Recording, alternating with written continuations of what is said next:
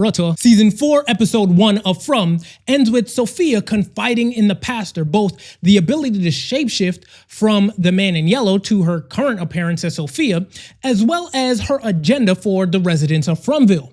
But if her desire to revel in the carnage of everyone mutilating each other is going to succeed, she will first need to neutralize threats. Episode 1 crystallized that Jade and Tabitha are number 1 and 2 on her hit list. This episode reminds us that both characters, mainly Tabitha, were sought out in season 3 by the Ghost Children who want her to end Kui, aka remember. The Ghost Children wanted Jade and Tabitha to remember that for centuries, they've been consigned to this cycle of coming back to the town in an effort to save them being the children. This first episode, begins with the man in yellow, pre-transformation, telling Jim that Tabitha shouldn't have begun digging. Now, this is almost the exact same thing that the voice said to Jim on the radio.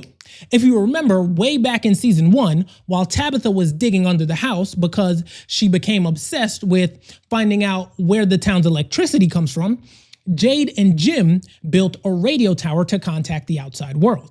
A voice came over the radio telling Jim that Tabitha shouldn't be digging. Then a storm came and knocked the tower down, and then the house collapsed on top of Tabitha. But these remote interventions over the town from a distance did little to impede them. Jade was momentarily discouraged. However, Tabitha was able to reignite his pursuit for answers. Not only did Tabitha uncover the underground tunnels where the monsters sleep, but she also found a way beyond the town and was able to bring 3 people back with her. Now, you probably forgot about the male paramedic because he died almost immediately, but I digress. Now, in order to break Tabitha, the man in yellow kills Jim. We don't see Jim die, but attacking Jim is clearly an attempt to fracture Tabitha's will. But when you think about it, it would also crush the story walker, Julie, as well as shatter Ethan, who we've suspiciously seen wearing yellow. So if the man in yellow, aka Sophia, can do all this, then why use Sophia as his Trojan horse? Well, it would seem that indirect influence has proven insufficient. The residents have survived extremely long thanks to the talismans.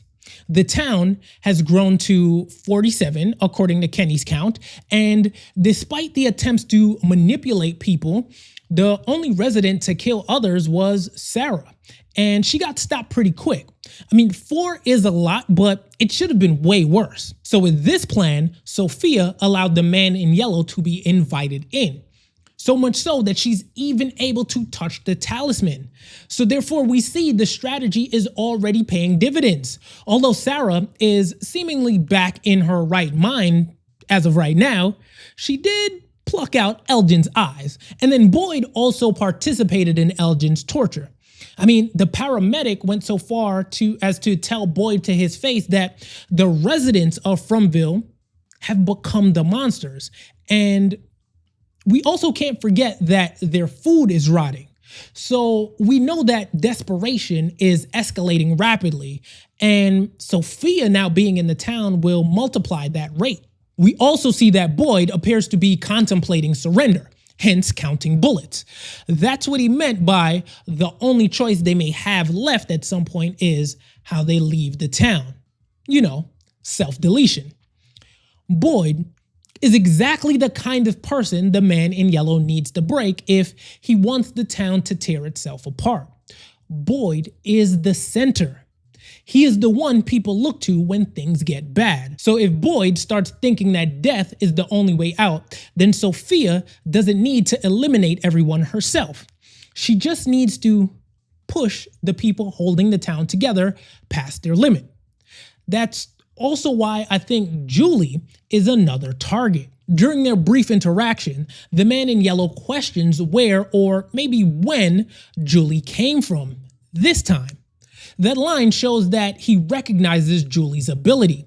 He knows enough to recognize that she isn't moving through the story the way everyone else is, but he's either feigning ignorance or genuinely doesn't grasp the full scope of her abilities when he says that she can't change the story.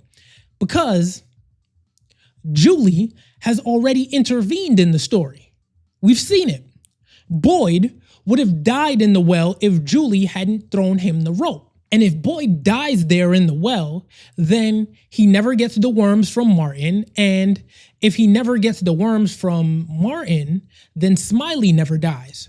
So whether Julie is changing the story or fulfilling something that was always part of it, the point is the same. She's affecting outcomes in a way that matters. So far, Tabitha and Jade are the only two characters the show has directly tied to this long repeating cycle of return and remembrance. They are the ones the ghost children want to encui. Julie is different. We haven't been given any proof that she has been cycling through this town for centuries the way Tabitha and Jade apparently have. As far as the show has told us, this may be Julie's first time in the cycle. But even if that is true, she still has a power the man in yellow is paying attention to, and that alone puts her on the hit list. If his question to Julie was sincere, if he truly did not know where or when she came from this time, then that would mean he can't see everything. It would mean Julie has already done something outside of his control.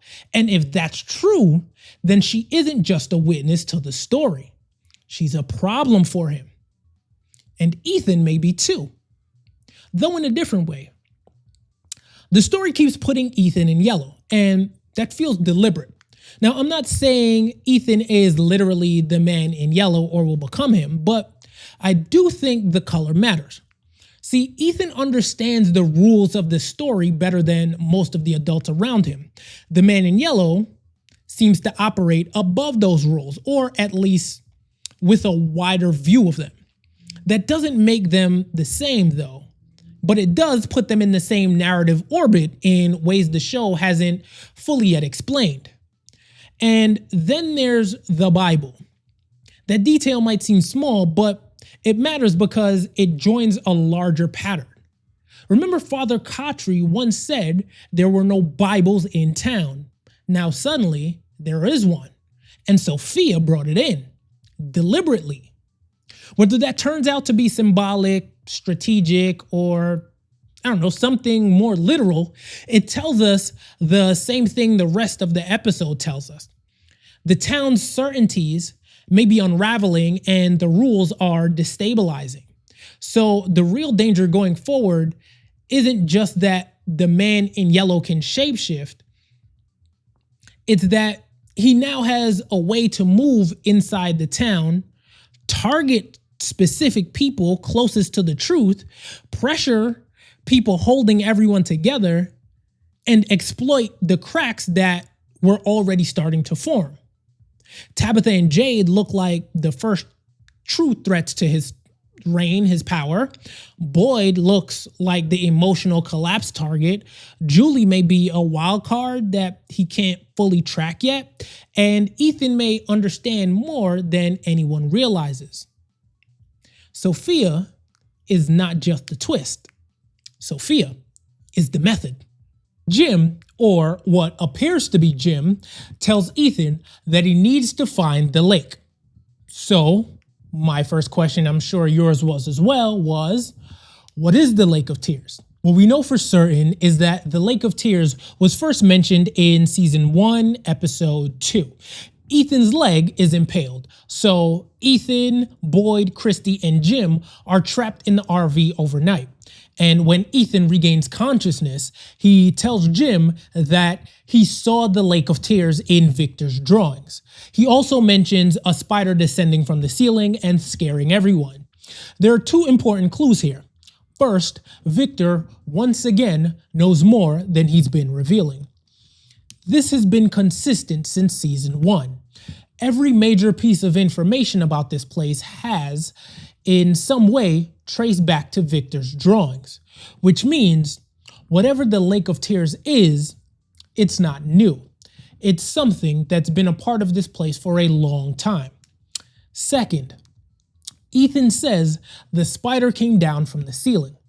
Most people focus on the spider itself, especially with the ongoing theories about the kimono lady. But the more grounded detail is the ceiling.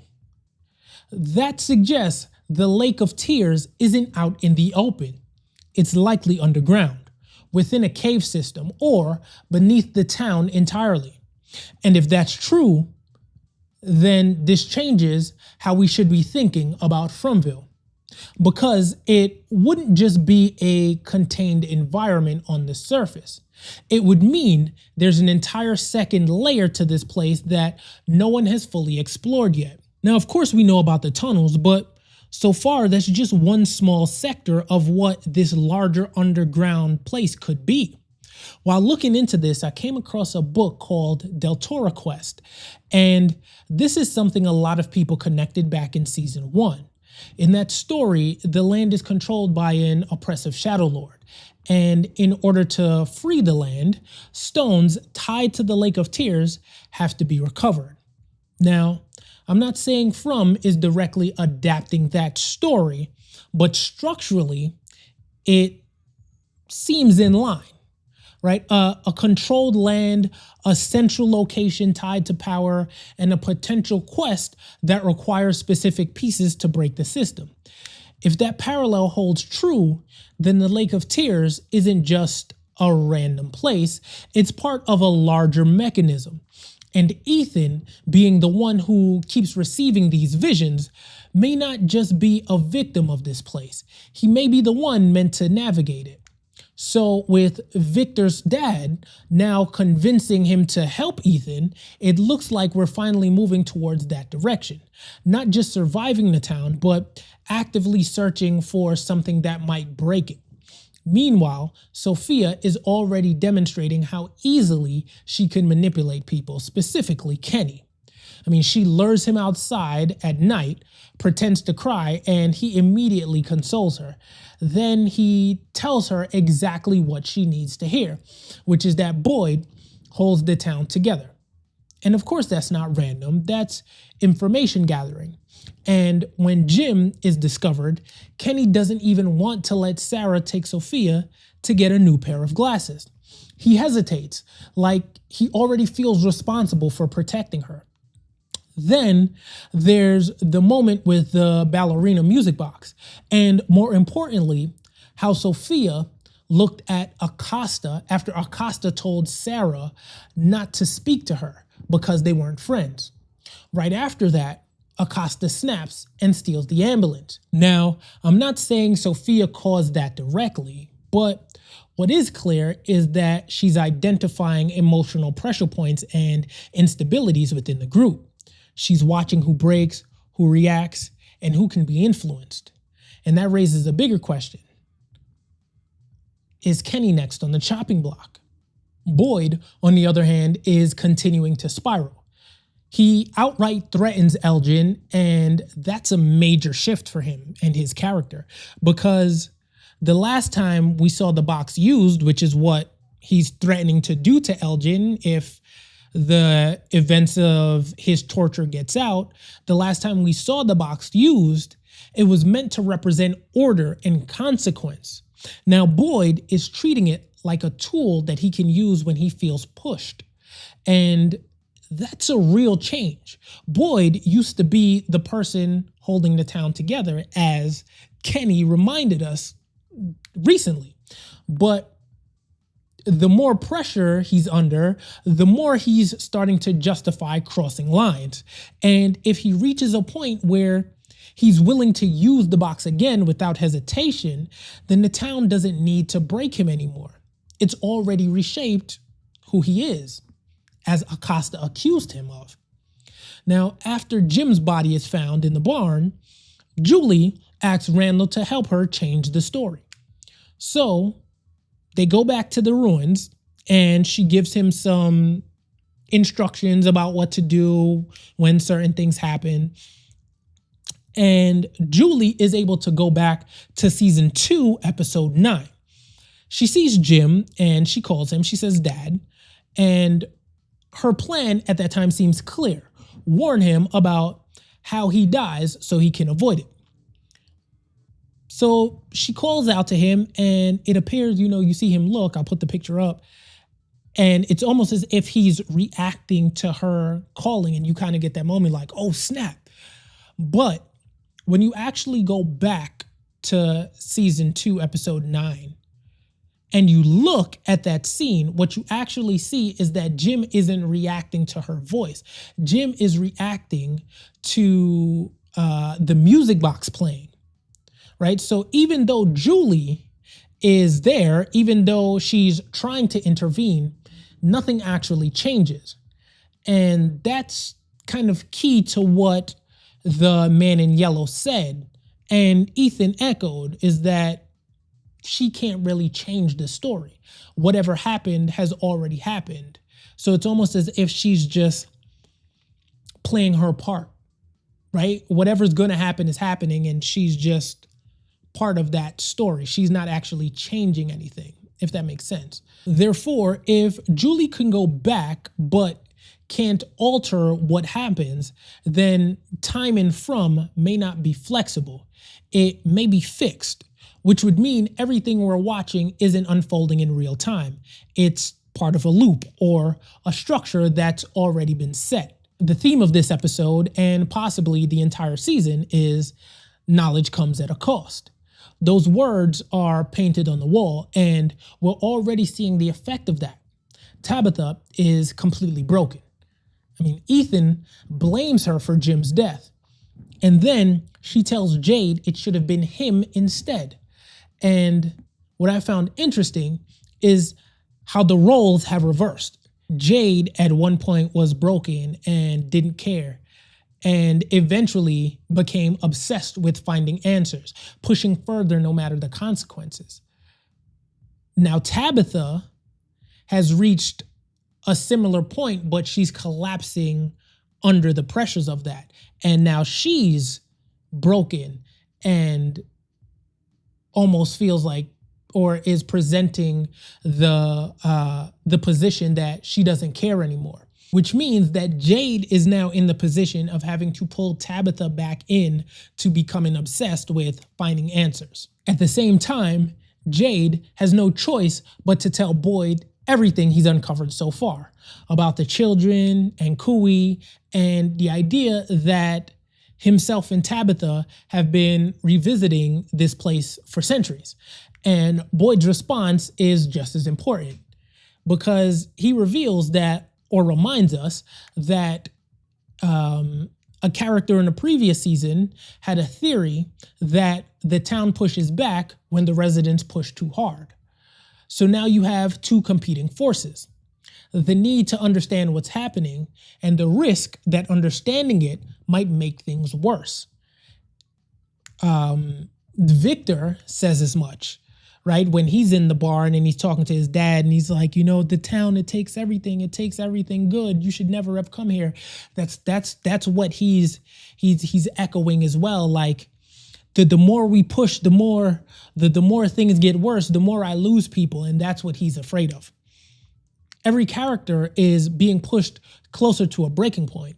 And the closer they get to understanding how this place works, the more it starts pushing back against them. Therefore, this all suggests that the goal is to survive long enough to understand the rules without triggering whatever is controlling the town. The crows in Fromville are acting differently. Kenny literally confirms it. When Sophia asks him about what happened at the funeral, he says their behavior isn't normal. It's something new. But at the same time, the crows have always been there. Every single person that ends up in the town sees them at the tree before they get trapped in Fromville. That has been consistent since season 1. They're even in the opening credits.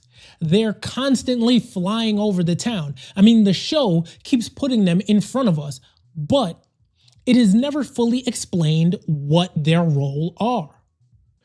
Because if the crows have always been tied to how people enter this place, then the crows suddenly reacting in all the ways we saw in episode 3, it means something changed.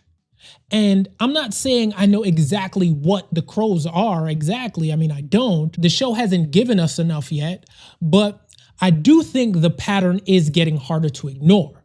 The crows appear at the tree. They appear at Jim and the pastor's funerals. One appears when Victor sees the yellow jacket. But then there are also moments where you would expect them to appear and they don't. So my question is, are the crows trying to warn everyone? Everything I talk about in this episode is going to tie back to the crows, especially Sophia, because we know Sophia is not really Sophia. She's the man in yellow, or at the very least, the form the man in yellow is using to move through the town. So when the crows start reacting, Sophia reacts also. If Sophia controlled the crows, then their behavior wouldn't surprise her. But so far, she's been doing a great job at feigning ignorance, meaning she's pretending to not understand the town. So mirroring everyone else's reaction could just be part of her act. However, they may actually be responding to her presence, they being the crows. They're reacting to her presence, right? Everything about the crows' appearance in not only this scene, but in every scene within this episode, right? They feel like warnings when they appear, right? Now that doesn't automatically mean that they're good. It also doesn't mean they're trying to save everyone, but it does suggest that they are aware of something. Now, let's talk more about Sophia's strategy this episode because it's not subtle. However, it is effective and it does tie into the crows. She starts planting the idea that the Matthews family are the reason things got worse. And the dangerous part is that she doesn't have to invent the idea from nothing, right? Kenny gives her the opening. He says that things did in fact change when the Matthews family arrived. And technically he isn't wrong. Jade and the Matthews family came in on the same day. Since then, everything has escalated. But Sophia takes that information and she twists it. Kenny is talking about a pattern, but Sophia is able to turn that into blame when she's speaking to Julie. That is exactly how the man in yellow works. He doesn't have to create every crack in the town. He just has to find the cracks that are already there and press on them, right? The Matthews family is already grieving. Ethan is angry. Julie is desperate to change the story. Tabitha snapped back quicker than I expected and began chasing answers after Jim's death. And right now, the town is looking for someone to blame. And Sophia understands that. I mean, remember, Boyd told Abby at Abby's tombstone that he's struggling to keep the town together. So when Sophia brings up the Matthews family, she's creating suspicion. Sophia is trying to study the town from the inside, but the town itself may be reacting to her, right? And that's important because it suggests the man in yellow may not control the entire system. You know, he clearly has powers. He can shapeshift. He can move through the town during the day. He can infiltrate the people as he's doing with Sophia. He can manipulate the emotional pressure points. But if the crows are reacting to him, then he's not the only force on the board. Based on everything we've seen so far, there is one theory from this community I agree with. Russ dropped in the comments suggesting the idea that the crows may be connected to the dead or that they are somehow aware of death in this place. I mean, think about it. Jim dies, then what appears to be Jim shows up near the RV to speak with Ethan. And in our community poll, 69% of you believe that that was the real Jim speaking to Ethan at the end of episode 2. But then we have the crows behaving differently. And now the town is moving toward the Lake of Tears, which may be connected to death, resurrection, or what happens to people after they die in this place in Fromville. Now, again, I'm not saying Jim is literally a crow. That's a theory. But I do think the show is starting to blur the line between death, memory, and physical presence, because Jim is dead, but Jim is also still being used somehow. The priest is dead, but Sophia takes his tooth. Abby is dead, but Boyd is still dreaming about the day he killed her. And then something grabs him at Abby's grave. So yes, this episode reintroduces the crows, but it's also about what happens after death in Fromville. That's why I think the crows matter. They might be warnings, they might be witnesses, or be connected to the dead. But whatever they aren't being treated like normal birds anymore. And that brings us back to Victor. Victor's reaction to the yellow jacket was one of the most important scenes in the episode. Because Victor is beyond scared, he completely breaks down, right? He sees the jacket, he urinates on himself, and he runs away, right? That tells us this isn't just a normal memory for him, right? This isn't just I remember seeing this yellow jacket on a man before. Like, this is serious trauma. Victor has seen something connected to the man in yellow that was so terrifying that his body reacts before he can even explain it. And then a crow lands. But let's slow down, because that part's important. The crow isn't just flying around in the background, right? It shows up in the same sequence where Victor is being pulled back into whatever he saw as a child. And if we already know that the crows are tied to major thresholds, then this moment feels like another threshold. Victor is remembering something, and that also connects to the larger season, because Victor is becoming more important again. Henry tells Jade, or he told Jade, that Miranda started having visions of Fromville after an acid trip. Miranda is Victor's mother. And now Jade is looking for a way to access something similar, right? That means Victor's family has been connected to the deeper structure of this place for a long time. Miranda saw it before she even arrived. Victor survived the massacre. Henry is now inside the town, and Ethan is being pulled toward Victor's drawings, the Lake of Tears, and whatever story has been hidden in those pictures. So Victor seeing the yellow jacket isn't just a reaction. It's a piece of the town's memory starting to unlock. And the crow being there makes it feel like the town is marking that event. That might be why the episode also gives us the older boy in white saying the lighthouse isn't the way anymore, right? In this episode, Tabitha and Henry go to the faraway tree because Tabitha thinks that she can get back to the lighthouse, and that makes sense based on what she knows, right? The boy in white pushed her out of the lighthouse before, right? That was the path that got her out. But when she asks him if the tree will take her back to the lighthouse, he basically says no. Then she says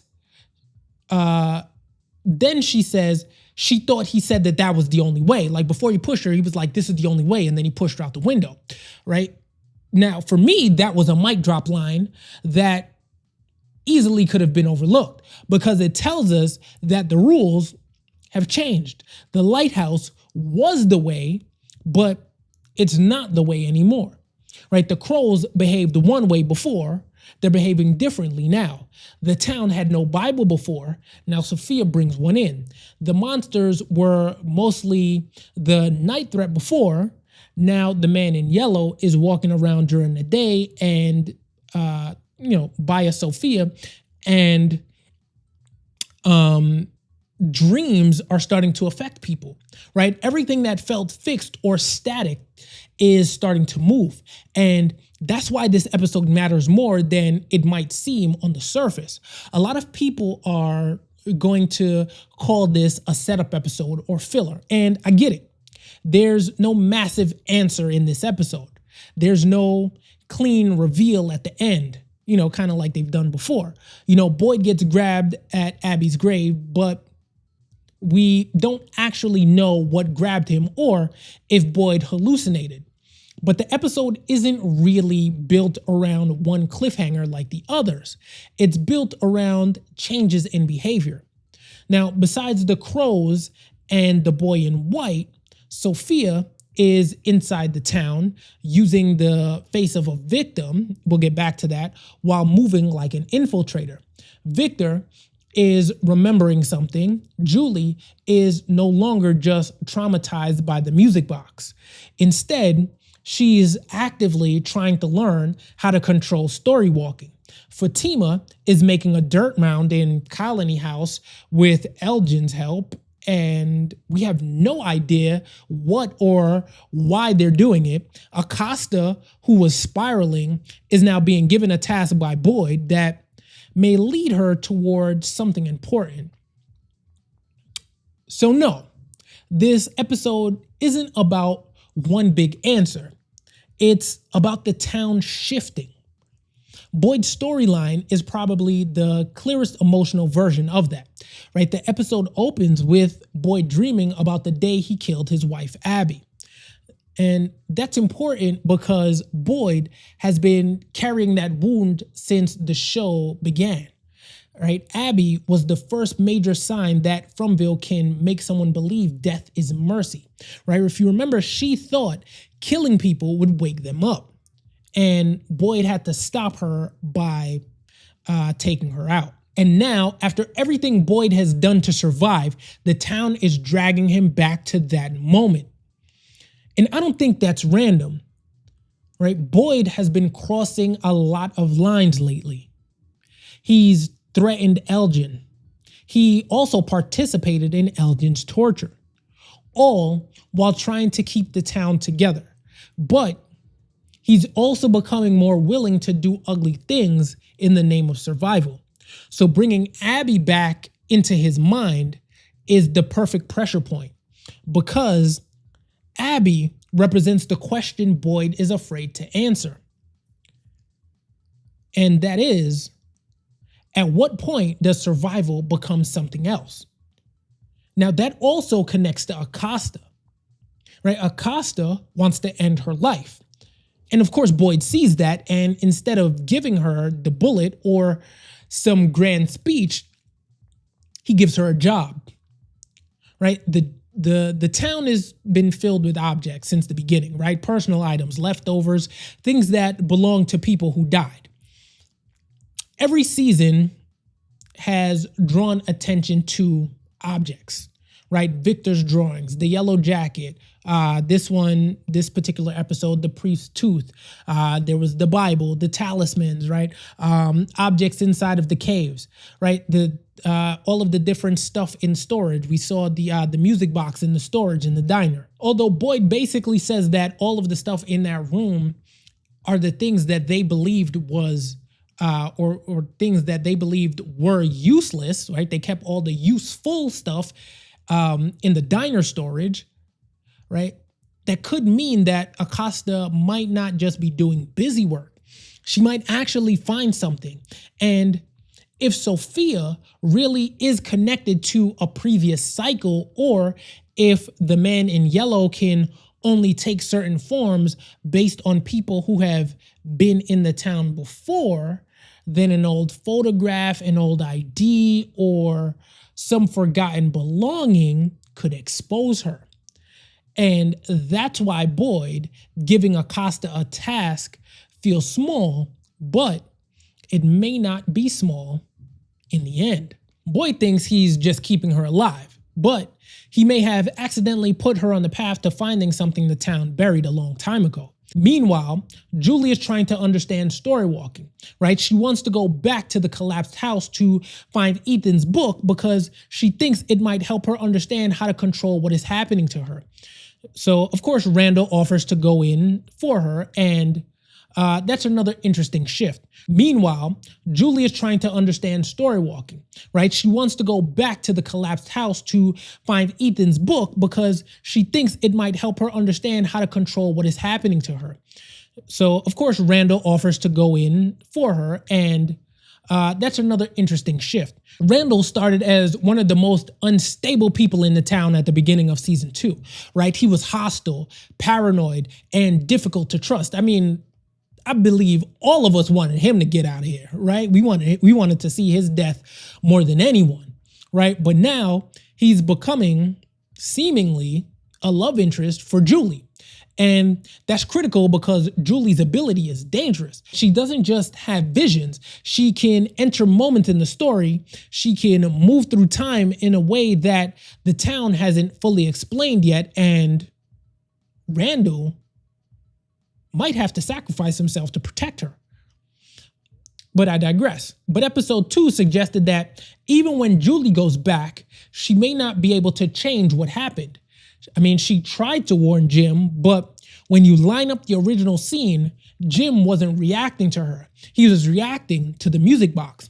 However, someone on Twitter pointed out that when Boyd saw Abby, you can hear Julie scream in the background, and Boyd definitely heard that scream. Therefore, Julie may not be rewriting the story. She may be discovering that she was always part of it. And that's a bit terrifying because it means her ability may not be freedom. It could just be another trap. And if Ethan's book helps her understand that, then the Chromonacle story becomes more important again, right? Because Ethan has always understood this place through his stories. However, the adults keep treating that like childhood imagination, but the show has repeatedly suggested that Ethan's story logic is closer to the truth than people want to admit.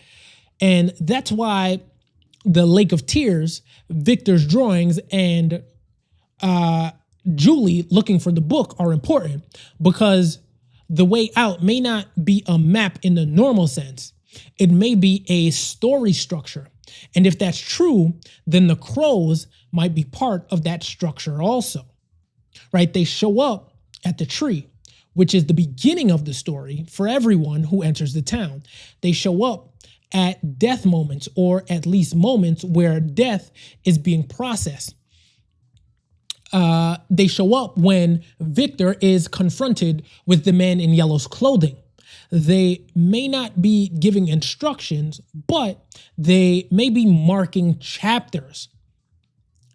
Now, Fatima and Elgin are doing something completely separate. And honestly, it's one of the strangest parts of the episode. Fatima asks Elgin for help, and they start bringing dirt into one of the rooms in Colony House. I mean, that sounds ridiculous when you say it out loud, but the show clearly wants us to pay attention to it. After everything that happened with Fatima's pregnancy and Smiley, she has some connection to the monsters or the deeper biology of this place that she may not fully understand yet. She was forced through one of the most disturbing transformations in the show. She was carrying something that wasn't human. I mean, she gave birth to Smiley, and now she's back in Colony House building something with dirt. Now, that could be trauma. It could be art, maybe. I mean, it could be a memory. It could be her trying to recreate something she saw or felt while she was connected to whatever created Smiley. But the secrecy around it, that's what stands out to me. Right? If this were just Fatima trying to process what happened, she could tell Ellis or Boyd or Donna. Instead, she goes to Elgin. And that's not an accident. Elgin also has a history of being pulled into the town's visions. He was manipulated by the kimono woman. he was made part of Smiley's rebirth. So Fatima choosing Elgin means this isn't just a random side plot or collaboration or duo forming, right? These are two people who have both been touched by the same deeper force. And now they're making something inside Colony House. So this doesn't look good. Or at the very least, it's not normal. It may connect to the scarecrow imagery we have seen teased, or it may connect to clay burials or some kind of ritual, right? I don't think we have enough to say exactly what it is yet, but I do think it fits the larger pattern of the episode. People are being moved into positions, right? That's what I think the pattern is. Boyd is being pulled back to Abby. Tabitha is being pushed away from the lighthouse. Julie is being pulled toward the story. Victor is being pulled toward a memory. Acosta is being sent into storage. Fatima and Elgin are building something. And Sophia is moving through the town, collecting information and shaping blame. That's what makes this episode important. Everyone is being placed somewhere. Jade's storyline connects to that also. Henry tells Jade that Miranda began having visions of Fromville after taking acid. And that immediately gets Jade attention because Jade is desperate for another way into his memory, right? He's always been trying to solve the town like a puzzle, right? Symbols, visions, electricity, patterns, cycles. But now he's realizing that logic alone may not be enough. Miranda saw something before she ever got there. That means Fromville can reach beyond its own borders. It can enter dreams, visions, art, memories, and maybe altered states of consciousness. So when Jade starts thinking about hallucinogens, he's trying to recreate the condition that opened Miranda up to the town. And he does eventually find mushrooms. But remember, knowledge in this show comes at a cost. Tabitha dug under the house and the house collapsed. Jade chased the symbol and the visions that he was having got worse. Boyd went into the woods and came back with worms that eventually killed Smiley, but also dragged the town into another nightmare. Julie entered the story, but may have discovered that changing it is not as simple as she hoped. So if Jade tries to force his way into whatever Miranda saw, he may get answers, but those answers may not come cleanly. And this ties back to the crows because the crows may be another way the town communicates. The children say Ankui, the boy in white gives vague guidance, the radio voice warns Jim, the music box marks something coming. The crows may be part of that same language. Not speech exactly, more like a signal or warning or a marker or a reaction even, right? That is why the tree also matters. The fallen tree is the first signal that a person has crossed into this system. The crows are there every time, except for the pastor, which we'll get to. People don't understand what they're seeing when they see the tree, but the pattern is already established. The crows are there at the threshold. Now they are showing up inside the town during moments where the threshold may be changing again. All of that suggests that the crows are tied to transition, crossing into the town, crossing from life into death, crossing from memory into truth, crossing from one rule set into another. That's why I keep coming back to the idea that they may be warnings, not because they are friendly, but because they are appearing when something is happening that the residents don't fully understand yet. And then there is the missing crows detail with the preacher. or pastor. Kenny says people see the crows when they see the tree, but the preacher's arrival didn't seem to follow that same pattern, at least not in the way we expect, right? That could mean a few different things. It could mean the preacher's arrival was different because he wasn't a normal resident.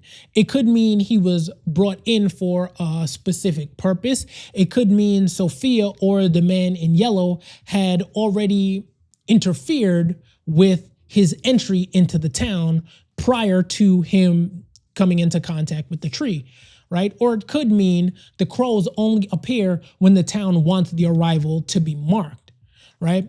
I don't think we can lock that down just yet, but their absence at the preacher's arrival matters because it shows that the crows are not automatic. If they were just birds sitting around the tree, then the pattern wouldn't matter. They would be environmental. But the show keeps connecting them to specific moments. And now characters inside the episode are commenting on their behavior. That means the show wants us to notice that change. And speaking of people noticing, there is also the Randall detail. Now, at the funeral, people, like everybody, reacted to the crows. They all looked up. But there has been a lot of discussion about Randall not looking up because out of everyone, he was the only one who didn't look up. I'll show a couple different angles, and every angle you see Randall, he's looking down. Now, it could be him deliberately not reacting to the crows, or he could just be lost in thought thinking about these dead bodies, right? Now, I don't know if that means Randall knows something, but in a show this deliberate with reaction shots, it's worth flagging, right? Randall has already been changed by what happened to him, right? You know, you see that big scar in his face. He was one of the 3 taken by the Music Box Force, along with Julie and Marielle, right? He survived something which left, again, that scar on his face. So if the crows are part of some sort of signaling system and Randall doesn't react the same way, that could matter later. Again, I wouldn't build an entire theory around it just yet, but I wouldn't ignore it either because that is how From works, right? The show puts small things in front of us, waits for us to dismiss them, then circles back to them later. That's why Victor's drawing and Ethan's stories matter, and why the Lake of Tears mattered, even though it was mentioned all the way back in season 1. Also, Father Khatri saying there were no Bibles, and the voice on the radio, you know, those 2 things mattered as well, right? The crows may be one of those things, right? They have been here or around in the show since the beginning. But now the show is changing how they behave. So by the end of the episode, when Boyd goes to Abby's grave and something grabs him, I don't think the point is just, oh, what grabbed Boyd, right? I mean, that's the obvious cliffhanger. But the deeper point is that Boyd is being pulled into the death lair of the town. See, Abby is dead. Jim is dead, the priest is dead, Tilly is dead. The dead don't seem to be staying quiet, right? Their belongings, bodies, teeth, memories, and appearances are being used in different ways. So if the crows are connected to death, then Boyd being grabbed at Abby's grave fits that same escalation. The town isn't just attacking people physically, it's using the dead, right? That is exactly what makes Sophia so dangerous. Remember what I said, Acosta might find something that could expose Sophia as being someone from a previous cycle. Because she isn't just pretending to be a survivor, she's using a dead person's face. a dead person's story, and maybe even a dead person's belongings to move through the town. She took the priest's tooth. I don't know yet if that's a souvenir, a trophy, or part of how the man in yellow copies himself, but it's clearly not random, right? The show made us watch her take it. And now if we connect that to the idea of the crows being tied to the dead or to the soul of the town, then the funeral scene becomes even more important. Sophia is standing there inside the town wearing a stolen identity, surrounded by grieving people, while the crows react. So are the crows a warning? Right now, I think yes, but not in the simple way. I don't think the crows are flying around saying this person is evil or go over here. I think they are reacting to disruptions in the system. The people in Fromville keep thinking the town is empty except for the living residents and the monsters at night, but maybe it isn't. Maybe the dead are still part of the town. Maybe they are trapped in objects, drawings, voices, visions, apparitions, crows, or whatever Jim has become. And if that's true, then the crows may be one of the only signs that the town's dead are still responding, right? That doesn't mean they can save anyone, but it might mean they're trying to be noticed, because if the crows really are warnings, then Fromville has been warning people since the first episode, right? They just never knew what they were being warned about. Julie's bookmark didn't work. And the first thing that everyone wants to say is that she used the wrong symbol, or that she ran out of time, or even that the man in yellow disrupted it. But I don't think any of those are the real answer. What I think actually happened is Julie may have misunderstood what a bookmark is in Fromville. Not the idea of a bookmark. The idea she got correct. Fred the story walker figured it out. Leave something inside the chapter and you can find your way back to it. I mean, that's logical. But what Julie brought with her was a blank piece of paper. In Fromville, a bookmark might not be something Julie creates from scratch. It might be something the story already remembers. And if that is the rule, if the town only recognizes objects that already carry meaning inside the story, then Julie failed because she walked in with an object the story had never seen before, tried to leave it behind, and the story just didn't hold it.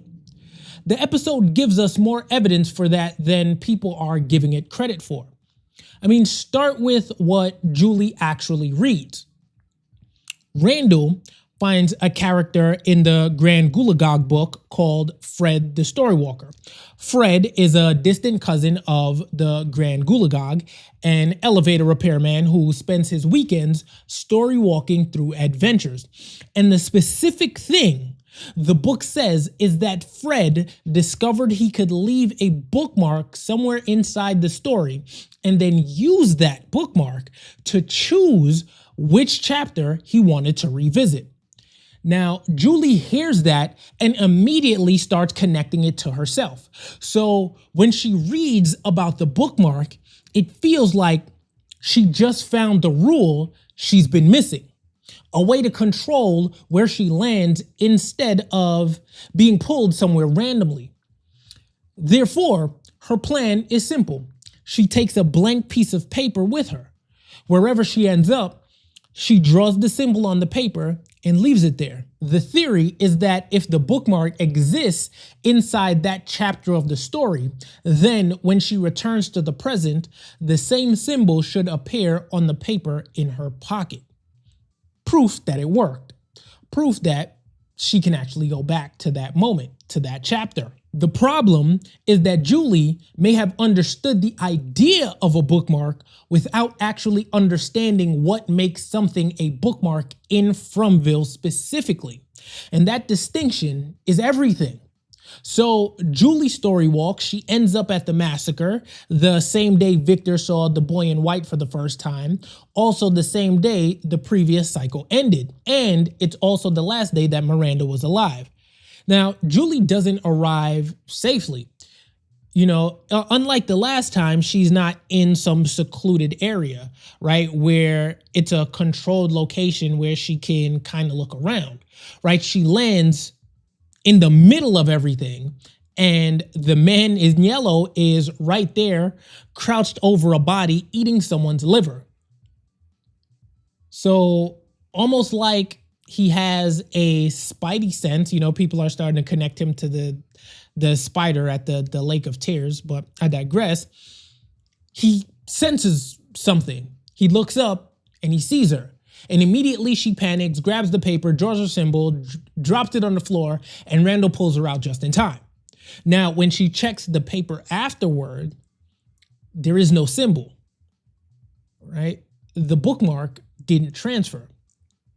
Now, here is where a lot of people stop and say the bookmarks just don't work at all, or that Julie used the wrong symbol, or that she didn't finish drawing before she got pulled. And those are all reasonable reads, but the episode doesn't frame it that way. It doesn't feel like a timing issue. It feels like the story rejected the object, because think about what she brought into that chapter. A blank piece of paper. No history, no connection to anyone in that area, in the town, no relationship to the massacre, to Victor's family, to the dead townspeople, to the man in yellow. Julie walked into one of the most significant chapters in Fromville's history and tried to leave a piece of paper behind that had never been part of that chapter originally. And the chapter didn't hold it. I want to be precise about this because there is a version of this theory that oversimplifies everything. See, the problem isn't that Julie used paper. Fromville is full of paper that have significant meaning. Victor's drawings are paper, right? They preserved what he saw during the massacre with enough detail and enough truth that Henry has them hanging in his basement decades later. Abby's grocery note is paper, a torn off shopping list, and we'll get to what that note does in a minute. There's Ethan's books, they're paper. The Grand Gulag book itself is paper, and it found its way into this town somehow, and Julie thinks it might be instructions. Now, paper in Fromville can carry enormous weight. The problem is that Julie's paper was empty. It had no connection to the chapter she was entering. It didn't belong to anyone who died that day. It had never been held by Victor or Miranda or any of the townspeople who were killed. It wasn't tied to the boy in white or the man in yellow or anything the story had already recorded. She tried to create meaning in a chapter that already had its meaning decided, and Fromville doesn't appear to work that way. A blank piece of paper isn't a bookmark. It's just paper. This is where episode 4 gives us something I think people are glossing over. Boyd has a box of Abby's things. Inside is a grocery note, a pair of shades, and a ring with an infinity symbol on it. He picks up the note.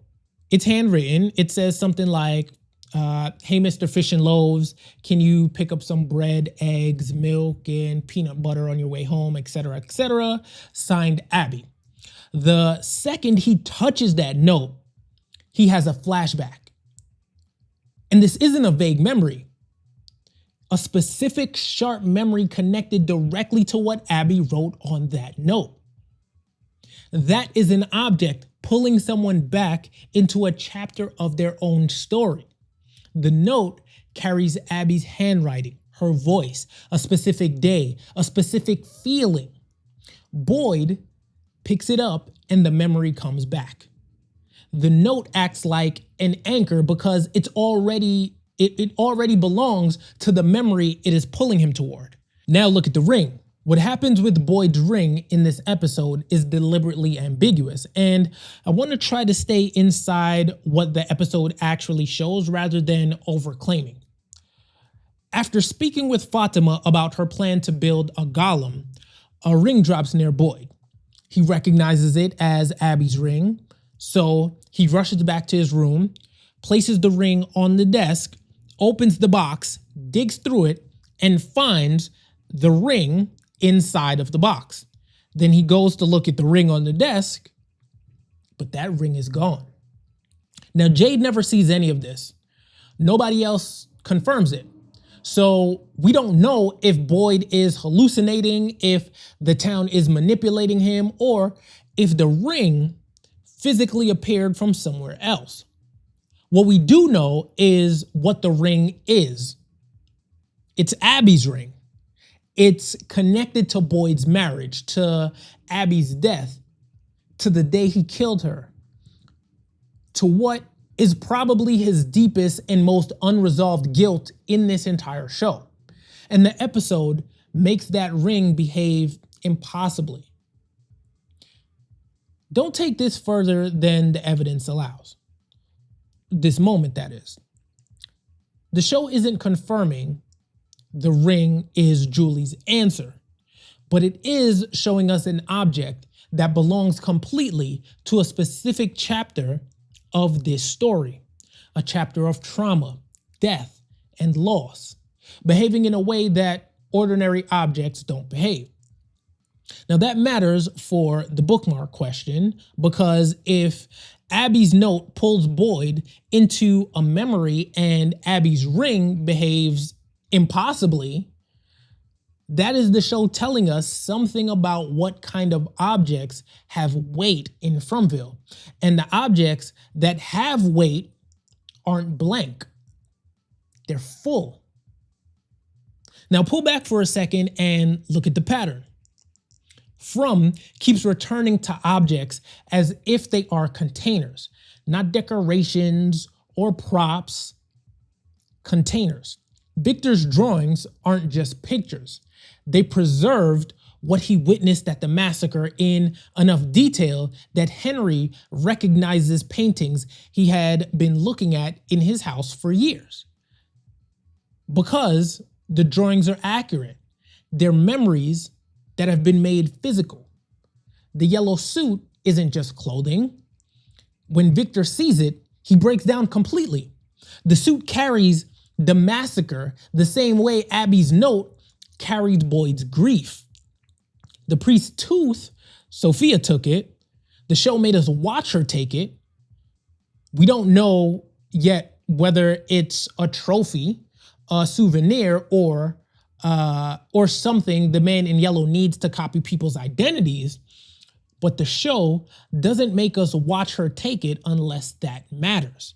A tooth is possibly one of the most personal objects that can be taken from a person, right? A lot of people keep tooth. Think about it, baby teeth, right? It belonged to the priest. It belonged to his life and his death. So whatever Sophia is doing with it, she understands that the object has significance beyond what it physically is. Even Sophia's clothes. The man in yellow is walking around inside a stolen identity, and the physical pieces of that identity, the clothes, the belongings, are part of what makes the disguise hold, right? He isn't just pretending to be Sophia. He's using Sophia's objects. All of these objects share something. They belong to someone's story in Fromville. They are tied to memory, to trauma, to death, to cycles, to specific chapters the town has already lived through. They aren't neutral, they're charged. And that is exactly what Julie's blank paper wasn't. This is the part that changes how I look at Victor. After the massacre, the boy in white told Victor to collect personal items from the dead before burying them. At the time, that looked like some sort of ritual that dealt with grief. It was a way to honor the people who died, right? Or so we thought. A child doing something that he was told to do because he had no other way to process what happened. But after the bookmark scenes, I don't think that's all it was. Victor has been carrying those items for decades. He has been keeping them without fully understanding why, because the boy in white told him to. And Victor has been following the boy in white's instructions longer than anyone. Now, what if those objects are bookmarks? Not bookmarks Julie created, bookmarks the story already made. Objects tied to specific people, specific deaths, specific chapters of Fromville's history. Objects that the story already recognizes because they belong to moments the story already holds. Now, Julie walked into the massacre with a blank piece of paper, trying to leave something the story would remember. Victor, on the other hand, has been sitting on a collection of objects the story already remembers, or remembered, or has remembered for 40 years. That's a huge gap. And it suggests that the next real step for Julie isn't to go back into the massacre alone with better paper. It's to sit down with Victor and figure out what he collected. Remember, Victor told Henry in this episode that he saw the man in yellow eating his mother at the bottle tree. Julie story walked into that same morning and saw the man in yellow eating someone's liver. They're both circling the same chapter from different directions. Victor has the memory of surviving it. Julie has the ability to walk back into it. And Victor may have the objects that could actually anchor her there in a way the blank paper couldn't. The episode actually gives us a second version of this same problem, and it's worth sitting with because it makes the structure of the episode clearer, in my opinion. Sarah gets told by the voice in her head to go to the diner, pour a glass of water, take a sip, and pour it back. Sarah thinks the test is about the water. She's worried about what happens to other people if she pours her water back into the communal pitcher. See, she's focused on the action, the specific instruction, the surface level thing she has to do. But Sophia tells the Abraham story afterward. And the point of the Abraham story, the point the episode is making through Sophia's retelling, is that the test was never about the water. The water was just the object. The real question was whether Sarah would obey, whether she would trust that the instruction had meaning even when she couldn't see the reason behind it. Now, follow me for a second. Sarah thinks that her bookmark is the water. However, the real bookmark is her obedience. Julie thinks that her bookmark is the paper, but her real bookmark may be the memory carried inside an object. Both of them are one layer short of understanding the actual rule. They can see the instruction, but they can't yet see what the instruction is made of. And that parallel doesn't feel accidental. The episode is doing something deliberate by putting both of these scenes in the same hour. It's showing you the same mistake twice from two different characters in two completely different contexts and asking you to notice the shape that's forming underneath it. Now, here's the part that escalates the stakes. Julie is at the beginning of learning how this all works. She's still making the kind of mistake that comes from understanding the idea without understanding the rule underneath that idea. And that's okay, because, that's where she is.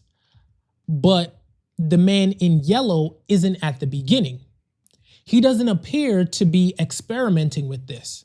He appears to already understand how object and identity and memory move throughout this town. Julie is trying to learn how to use a bookmark. The man in yellow may already know how to weaponize them. That gap is what makes him dangerous in a specific way that goes beyond just being powerful. He has information that Julie doesn't have yet. And he's using that information actively while Julie is still reading children's books, trying to figure out the basic rules. So, why did Julie's bookmark not work? Because Julie doesn't need to make a bookmark. She needs to find one. Tabitha may have already changed this cycle before Jade ever took the mushrooms. Henry, Victor, the crows, the talisman, Acosta, the boy in white, and now the dolls, all of it connected to Tabitha. And yes, episode 5 puts the biggest spotlight on Jade. The ending is built around him. The trip is the spectacle that everyone's going to be talking about. But I still think that Tabitha may be the reason the cycle started shifting before Jade ever swallowed those mushrooms. And that distinction matters more than it might seem right now. Tabitha escaped Fromville before, but coming back may have mattered just as much as getting out did. When she returned, everything changed because she didn't come back alone. Henry came with her, and Henry's already changing Victor in ways we can actually see on screen.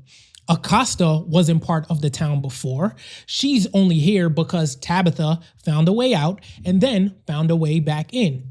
Now, people want to focus on what Tabitha remembers, and we're going to get there. But the bigger picture is that Tabitha's escape didn't just give her information. It introduced new variables into a cycle that had been running on the same logic for a very long time. She brought in people the system hadn't accounted for.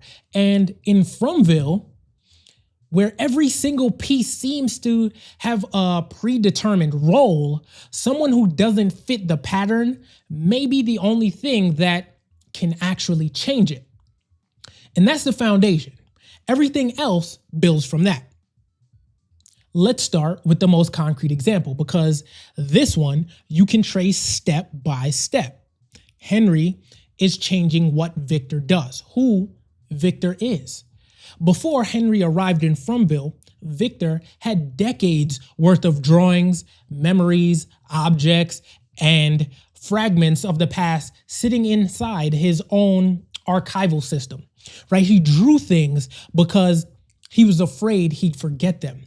And he buried things when they hurt too much.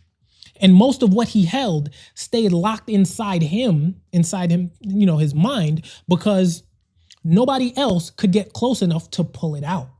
Henry changes that. Without Henry in Fromville, Victor may never have gone into the forest with Ethan the way he did. That forest walk is when Victor finally sees the yellow jacket.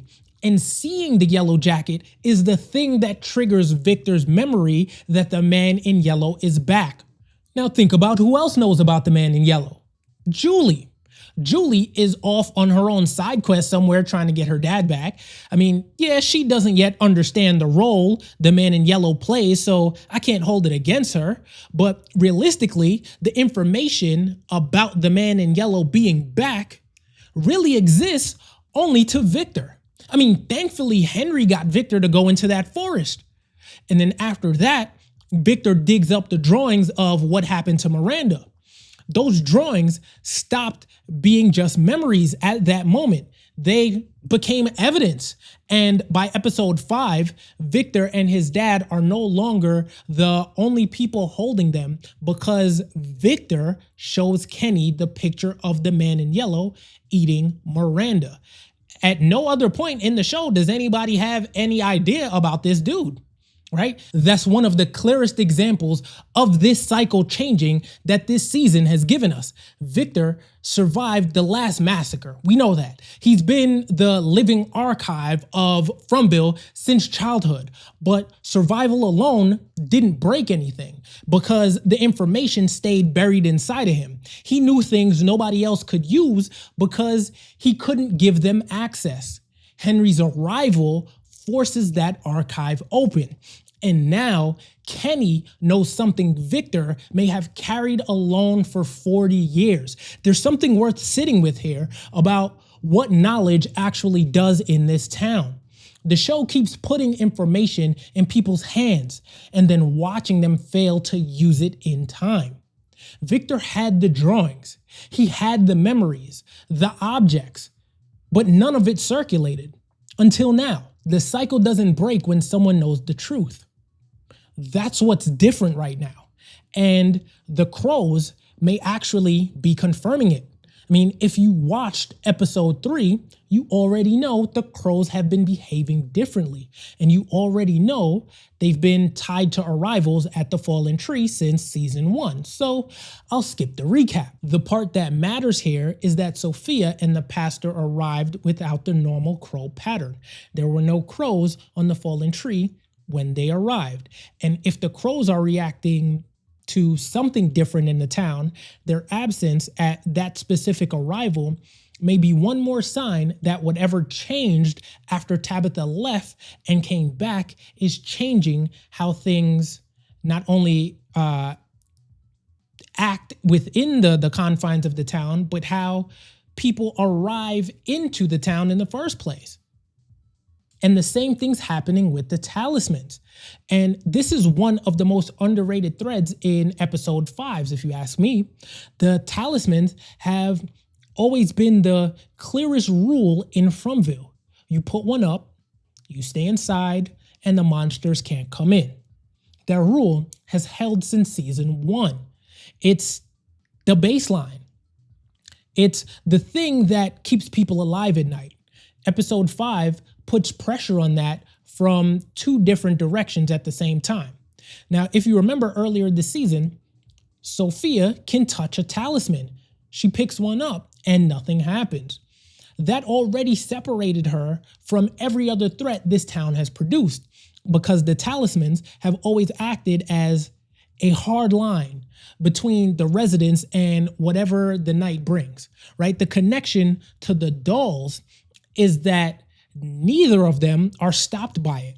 Sophia walked through the town untouched by the talisman's rules, and the dolls attack even when the group thought they were protected. 2 completely different threats operating outside the same boundary.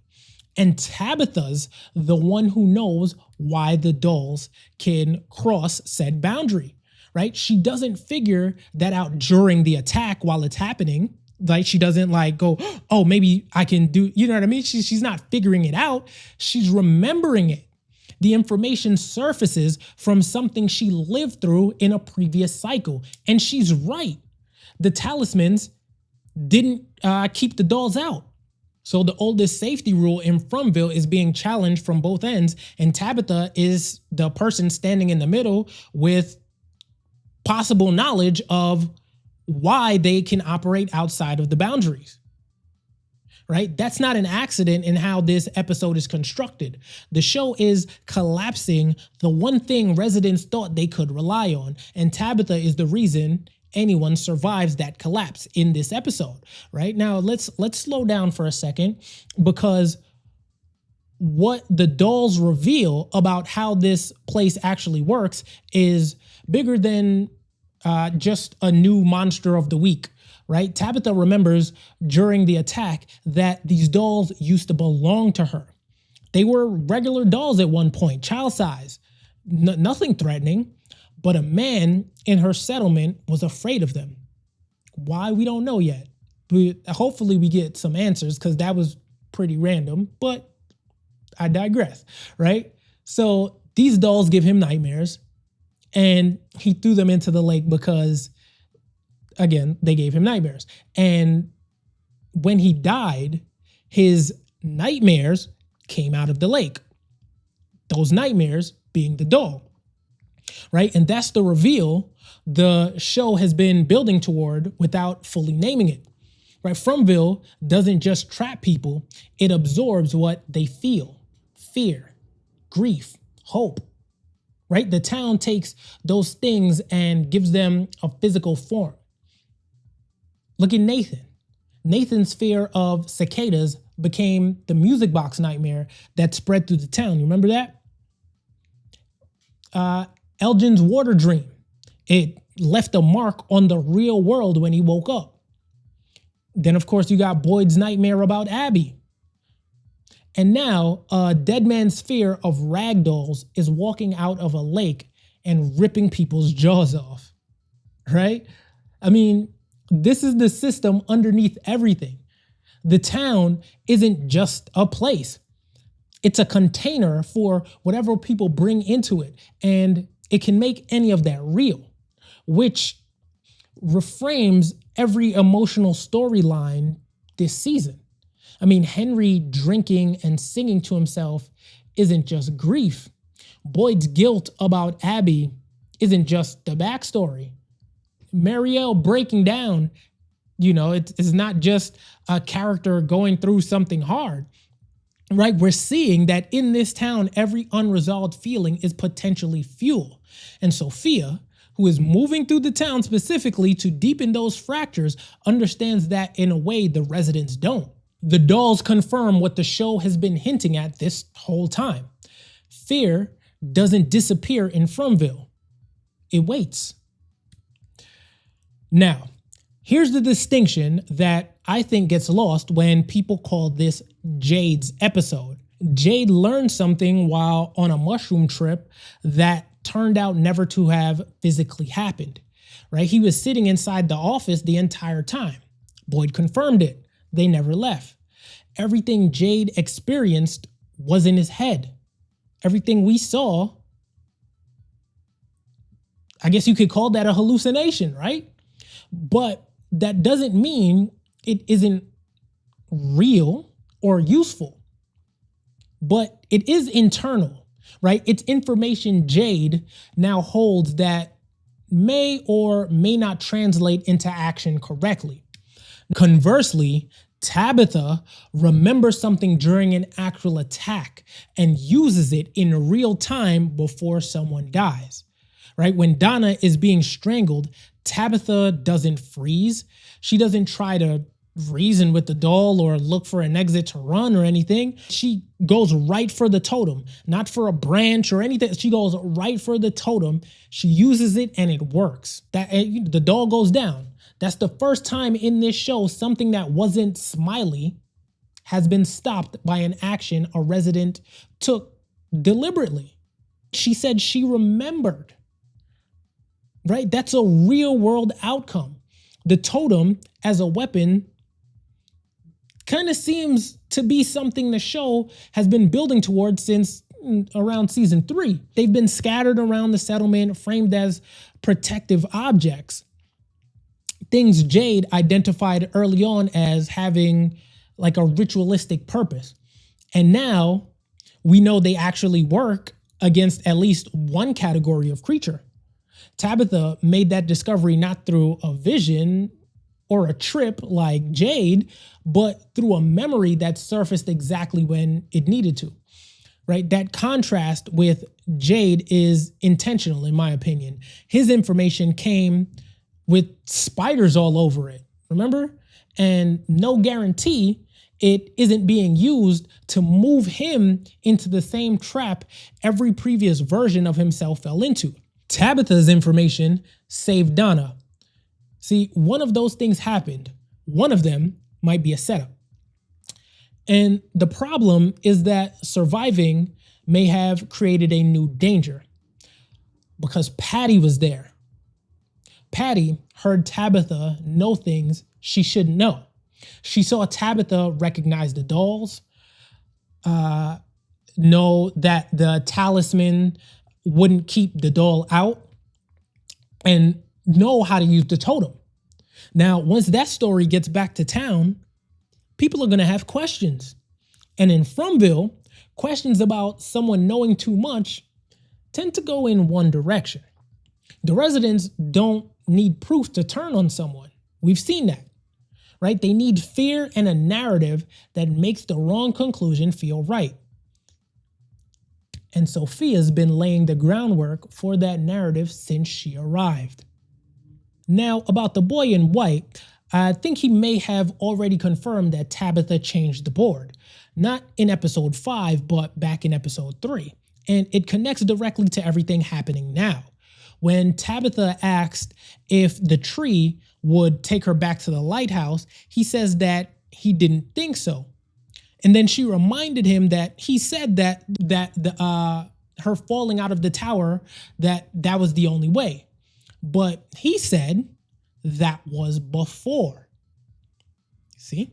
What the line confirms is that something changed in the cycle after Tabitha escaped and returned, right? The boy in white is drawing a clear distinction between before she left and after she came back, right? And the most obvious thing that happened between those 2 points is Tabitha finding Henry and Acosta and coming back with them, and these people not being accounted for by the town.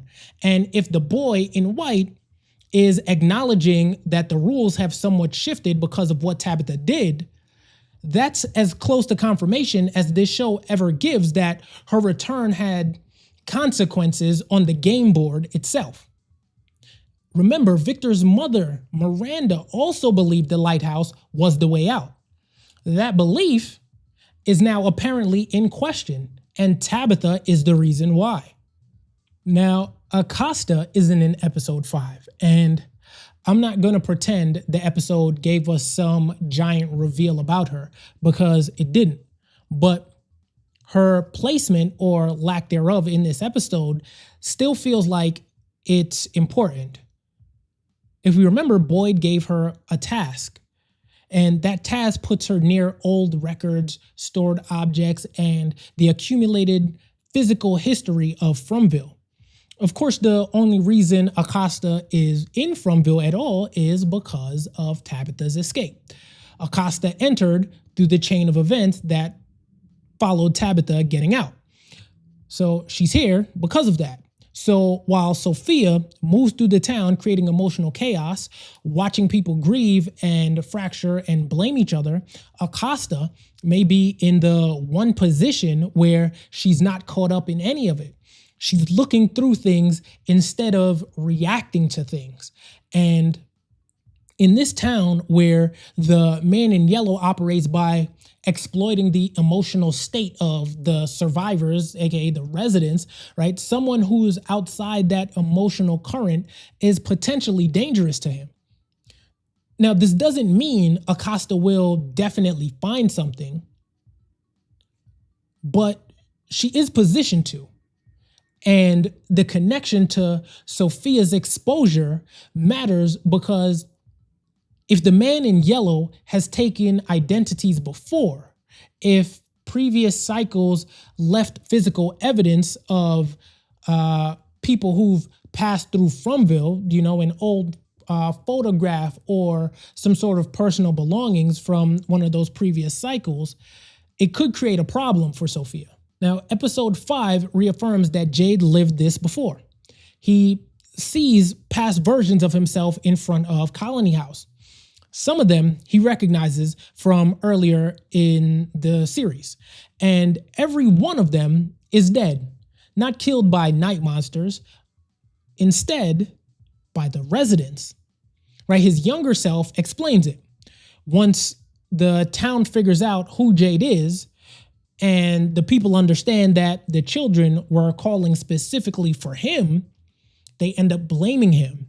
Then that blame turns into resentment, resentment becomes hate, and eventually they kill him. And when Jade asks about Tabitha, his younger self says essentially that whatever happens to her is worse, right? The show doesn't spell it out exactly, but the implication doesn't really need spelling out, right? That's the cycle. That's what always happens. Jade gets close, the truth comes out, and the residents turn on him and Tabitha before either of them can finish what they started. And then, of course, we know Sophia has already started planting the seeds of that blame. She told Julie in the diner that things got worse after the Matthews and Jade arrived. I mean, of course, Kenny inadvertently opened that door by noticing that pattern, that the escalation in the events of the town once the Matthews and Jade arrived. And Sophia walked through that door and reframed it as blame, right? The trap is already being built. And here's what I don't fully trust about Jade's trip on mushrooms. Look at all the spider imagery. Spiders show up when the trip starts from the very beginning, right? He's looking at the motel sign and they appear on the window and then all over him. When he drinks the blood from the skull against his younger self's warning not to, there are more spiders. And when he enters the tunnel under Colony House, there's a large spider on one of the lights. Now, in this show, spiders have always been connected to something deeper and more dangerous than what's on the surface, right? In the picture of the Lake of Tears, there's a spider suspended over the lake, right? And said spider is suspected to be connected to connected to the Lake of Tears as a sort of guardian of that place, right? It's a spider that feeds on anyone who gets stuck there. So when Jade wakes up saying he knows where the children are and he knows how to save them, I believe him that he believes that. But what I also notice is that every version of Jade before him likely believed something similar right before he died. The dangerous part is that both things can be true at once. Jade may genuinely know where the children are and how to save them. And the town may still be using that knowledge to push him into the same pattern he's gone down before. Right? He gets close, the truth comes out, the residents panic, and then the cycle closes with Jade, Tabitha dying, and everybody dead. I mean, basically everybody dies, with the exception of Victor. So that's not me saying Jade is wrong. It's me saying that being right and being safe are two different things in Fromville. Now, pull back for a second and look at what's different this time. Victor's archive is opening. Kenny knows about the man in yellow. Tabitha's memories are, and when I say Kenny, I should say like someone other than Victor knows about the man in yellow and his role in the town, that he's not just a regular monster, right? Tabitha's memories are saving people in real time, not just giving her flashbacks. The boy in white has acknowledged that the exit route changed, so we've been told. The dolls are confirmation that fear becomes real in Fromville and that the totems are actual weapons. Now, Mariel now knows that the dead are still here. Acosta is positioned in storage near whatever evidence the previous cycle left behind. And Jade has seen the trap clearly enough to call it out or to spell it out. In previous cycles, information may have stayed isolated. However, this time, it feels like too many pieces are moving at once. However, that cuts both ways. Sophia might see the shift too. If the man in yellow knows the town is getting close to a solution, he can push harder. Mariel is already spreading the message that death isn't an escape. And then Jade's knowledge, if it leaks, could accelerate the blame cycle that younger Jade warned about. And then, of course, we got Patty surviving the attack from the doll. And that may create a problem that no one is accounting for yet, because she saw enough. And in this town, enough is all it takes. So the obvious question at the end of the episode was, what did Jade figure out? Where are the children? What does he think he has to do? Cool, but I think the better question is whether Tabitha changed enough pieces on the board in order for them to avoid the trap this time. Because the pieces are different this time, right? Or at least they're in different positions, and there are some that weren't on the board before.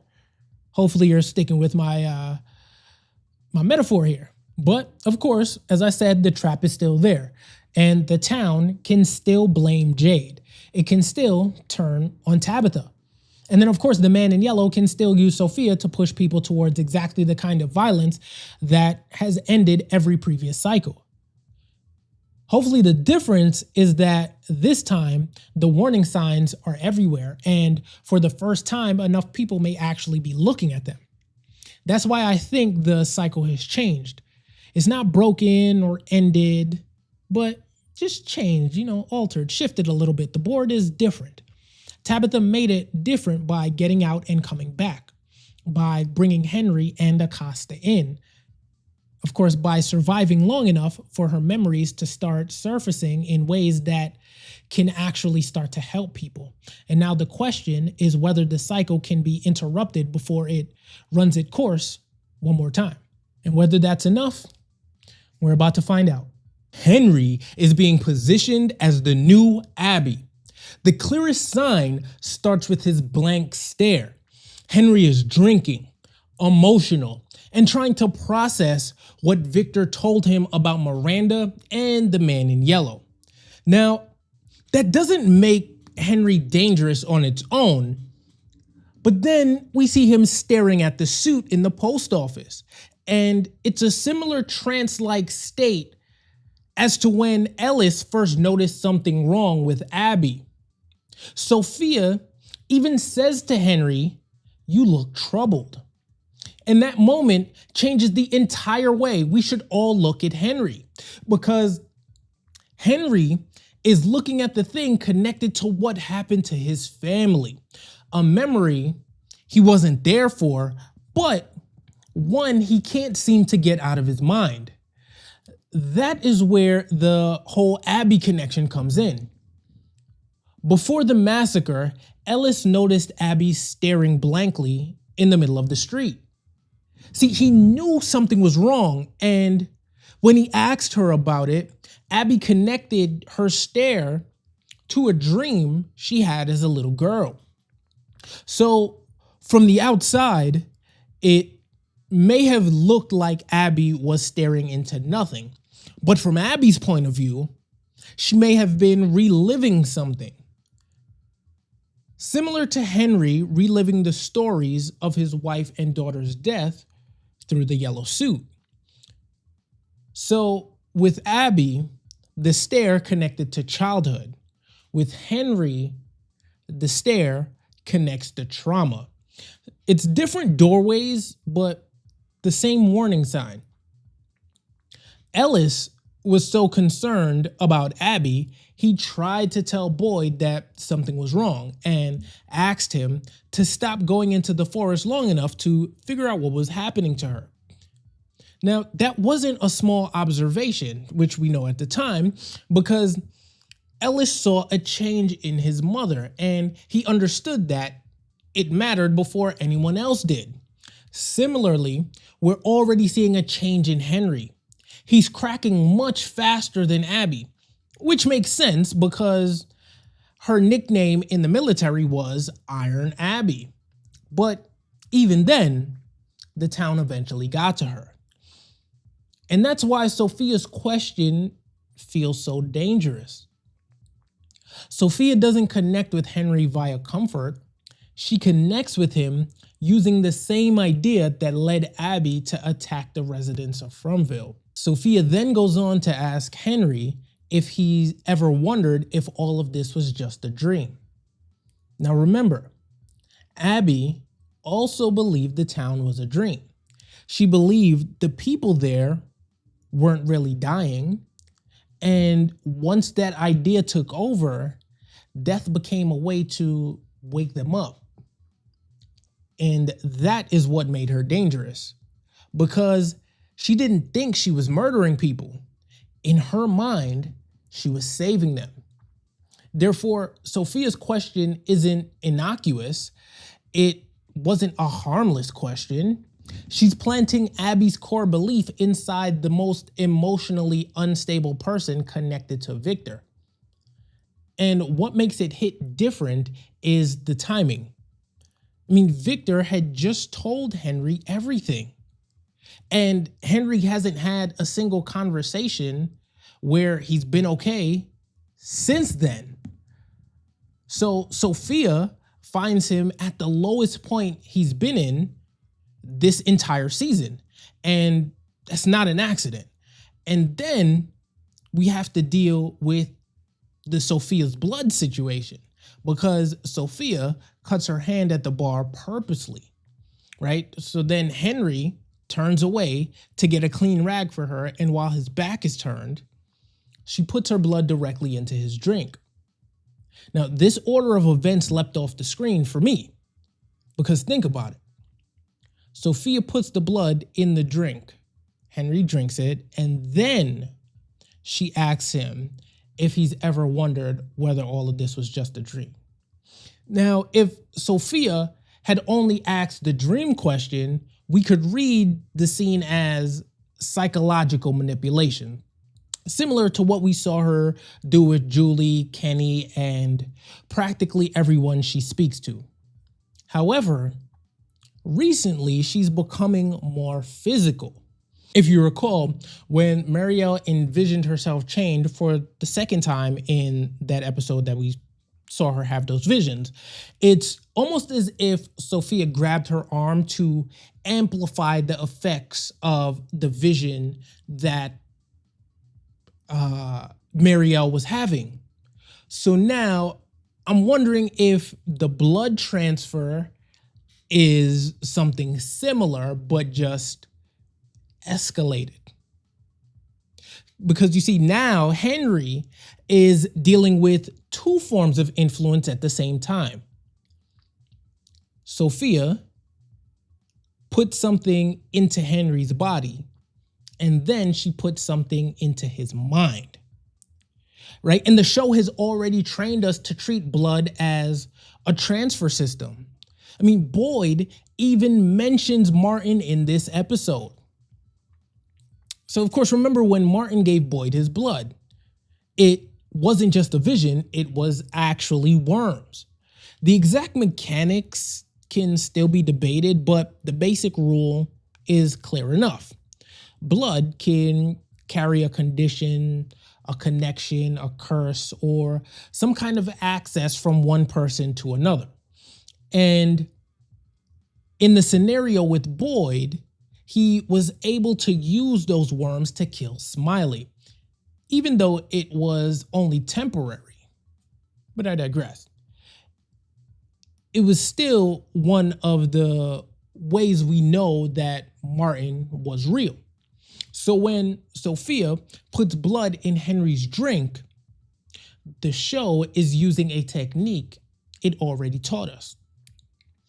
Of course, that doesn't mean we know the exact effects of this blood yet, right? The confirmed part is just the act itself, right? The blood could be marking him, make him easier to influence, open some sort of channel between him and another entity, or infect him with something.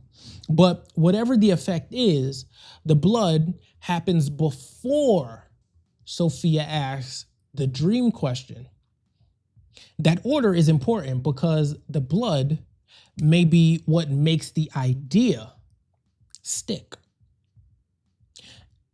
And this is where Henry's story becomes more useful than Abby's story. See, with Abby, we saw the ending. We saw her in the street, holding a gun, telling people death would wake them up. Then we saw Boyd forced to kill his own wife to save his son, Ellis. What we didn't see was every step in the method that got her there, how the dream idea got into Abby's head. We didn't see whether she was influenced directly or whether the belief grew from pressure, some sort of memory, isolation, or whatever else the town was doing to her at the time.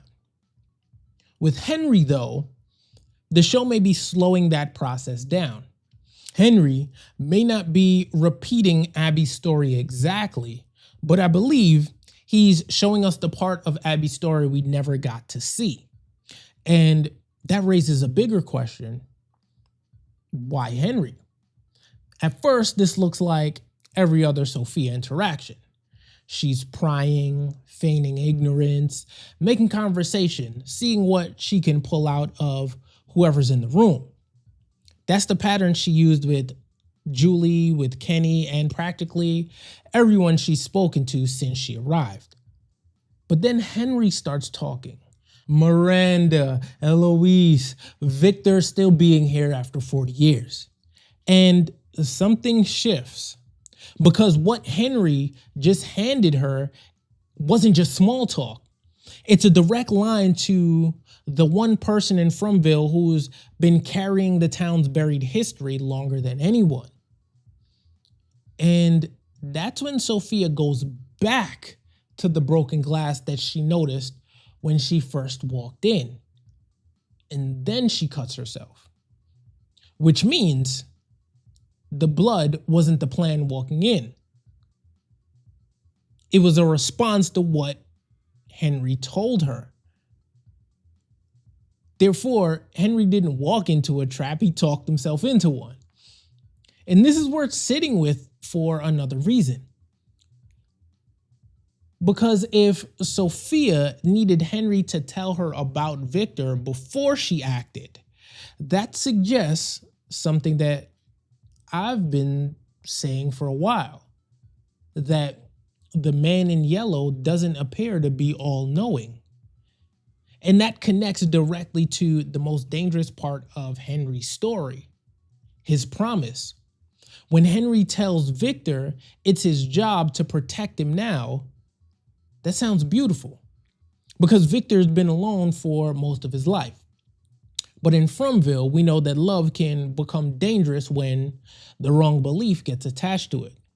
That's what happened with Abby. Her love for her family, it didn't disappear when she snapped. It got folded into the dream logic. She believed death was mercy. She believed killing people was waking them up. So if Sophia can attach that same belief to Henry's need to protect Victor, that promise becomes something much darker. And if Henry believes the town is a dream, freeing Victor may not mean keeping him alive. It may mean waking him up. Boyd and Ellis both lived through Abby's massacre. So if anyone should recognize the danger of someone being handed Abby's exact logic, it's them. But neither of them are in that room.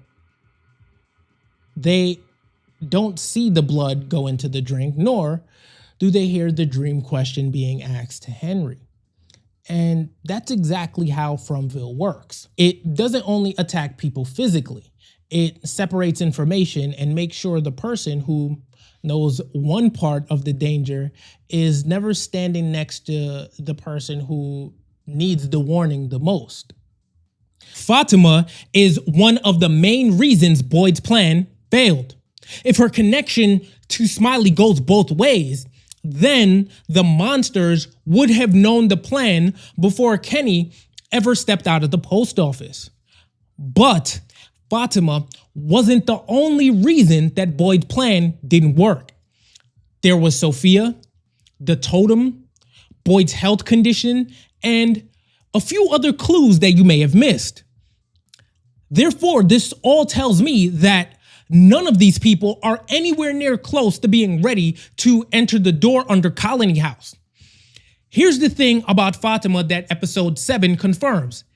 She can see through Smiley's eyes. I mean, we watched it happen when Smiley stopped Kenny from closing the door to the bus. How Fatima was able to all of a sudden channel Smiley's vision, we're not sure. But Smiley's bloodlust in that moment is a likely trigger. Remember, the reason Fatima is even working on the golem in the first place is because she says that she could feel Smiley's emotion as he feels them. So it would seem that this surge of bloodlust created that connection that we saw. But what ends up happening is even more than just Fatima being able to see what Smiley sees in real time. Because when Kenny is trapped on top of the bus, Smiley's transformation from human-like appearance to his creature-like appearance is thwarted before he can even attack Kenny because Fatima screams stop. And he does. But more than that, not only does Smiley stop, his transformation reverses slightly. And, he looks down at his hands confused long enough for Kenny to knock him off the bus and get to safety. Now, that's a very big deal. Fatima can control Smiley to some degree, almost like how you can control your ability to hit those like, hype, and subscribe buttons right now. Now, here's the question the episode opens but doesn't fully understand. If Fatima can see through Smiley and she can reach him enough to stop him mid-transformation, what can Smiley receive from Fatima? Because if that connection goes both ways, then anything Fatima hears or sees, Smiley is receiving too. So in the context of Boyd's plan, we begin to see exactly what went wrong. I mean, I remember thinking, why doesn't Kenny keep a talisman in his pocket? That way he can run into any enclosed structure. But that wasn't Boyd's plan. Instead, Kenny had limited routes after he stabbed the creature, which is what allowed them to block all of his exits except the bus, which also didn't make much sense because if they knew the plan and all of Kenny's safety routes, then why was the bus left unguarded? Unless there was something about the creature that was on the swing we were supposed to notice. I mean, I don't know, like you guys tell me if there's something that I missed there, but I'm just gonna chalk that up as like a minor gap in story logic, right? Once we started to see through Smiley's eyes as Fatima, I couldn't help but think she may have been the leak without even knowing it, right? The next question I had is, well, how would Fatima even know what the plan was, right? She's been in the room playing with mud for most of the season already. Only a few people knew about this plan. Boyd, of course, Kenny, Donna knew parts of it, Jade, Ellis, and Sophia. Now, these two right here, Ellis would have certainly told Fatima, which is how I believe the info got to Smiley and then to the rest of the monsters. And of course, we saw Sophia walk into the post office while Boyd was holding the totem and, of course, thinking the plan through. In that moment, she questions him. She second guesses the entire tunnel idea and kind of presses at his confidence. Now, was she trying to steal information? Maybe, but I think her first move was planting the seed of doubt. Make Boyd question himself. That's what she's been doing to everyone else this entire time. However, because Boyd is desperate to reassure people right now and show that they finally have something real, that desperation is exactly what makes him give Sophia information while he thinks he's comforting her. So Sophia is the visible leak. But here is what the episode is doing. Sophia is the obvious answer. The one the town will finally land on when Boyd starts asking the right questions about why the plan failed. He'll say to himself, well, who did I tell? Right? Now, this may also line up with Acosta finally finding something in the basement now that she has clear instructions to find something about the man in yellow. However, that means Fatima, our hidden leak, may never be considered at all.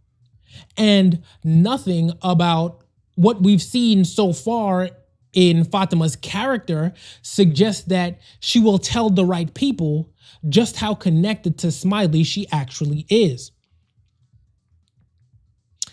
Therefore, Sophia will be the suspect who somewhat protects the actual leak. Now, Sophia's involvement isn't just about the plan failing.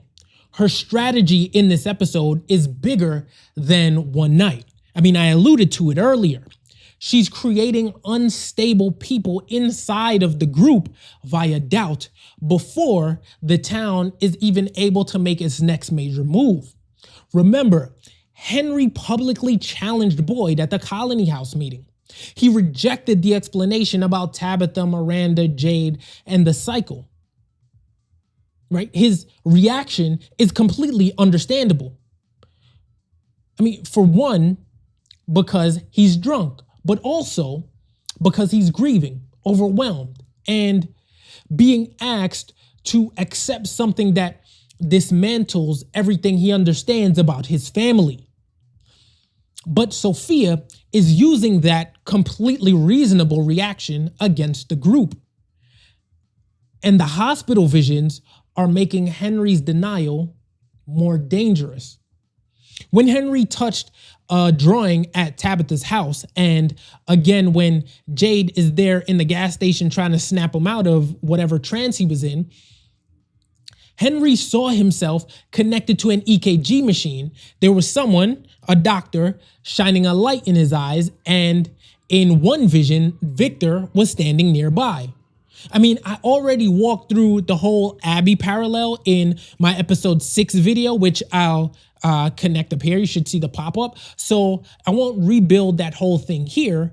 But if Henry starts treating those hospital flashes as proof that none of this that he's seeing in the town is real and that they're all dreaming or in a coma or that death is the way for everyone to wake up, he'll become dangerous to everyone because the hospital vision gives his doubt a visual that he can hold on to. And let's not forget, Henry isn't the only person Sophia has been working on. Mary is still shaken. We see her in the shed staring at Roger's doll of a body, right? She's giving Martin vibes, right? She can't let go of the fact that she still hears the voices of everyone that has died previously. She believes that even in death, none of them will ever be able to escape Fromville. So coming into this episode, Henry is unstable, Mary is unstable, and Boyd, I mean, we'll get there, but he has his own version that he's not being honest about.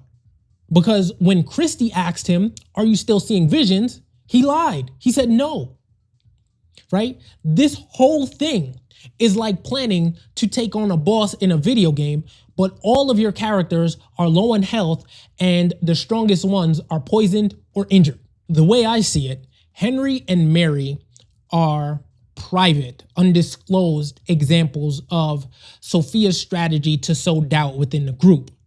However, Roger makes it all public, right? Sophia took an egg from the chicken coop. She said an incantation, broke it over Roger's chest, said it's time to play. And then later that night, he kicks in the Colony House door. I don't know what it is with these dolls, but they kicking open the door like the like the Kool-Aid man. Right? Imagine the people inside Colony House have spent this entire cycle trusting one rule. You're safe indoors with the talisman up. The talisman is what keeps the monsters out, and people are able to sleep because of that rule. But when Rawteur breaks the door open, all that goes out the window. The monsters now have a weapon that can break into the house even if the talisman is up. Now, everyone inside Colony House has to ask the same question. Is any house still safe? And that is what I mean when I say Rawteur is a public example of Sophia sowing doubt. And the practical fallout is bigger than it looks. Because think about this. Any of the small houses in town with 2 or 3 people, they can't realistically post a sentry every single night. People need to sleep. So if the town is now forced to gather into larger groups just to feel protected, that creates more pressure, stress, conflict, and more chances for Sophia to push them toward exactly what she told the pastor was her favorite part: people turning on each other. So when I saw Sophia smiling during the chaos at Colony House, I didn't think it was just because Rawteur might kill somebody. I think she was smiling because it was playtime. We probably won't see the full fallout until, like later in episode 8, maybe episode 9, of course. But there's no way anyone in Colony House feels safe after that. Like something just came in the door and cracked the little bit of sanctuary and safety that they had wide open in that moment. And I'm not sure how many people really put that together while watching the episode. And then I had another disturbing thought right after that. And it also had to do with Sophia's smile.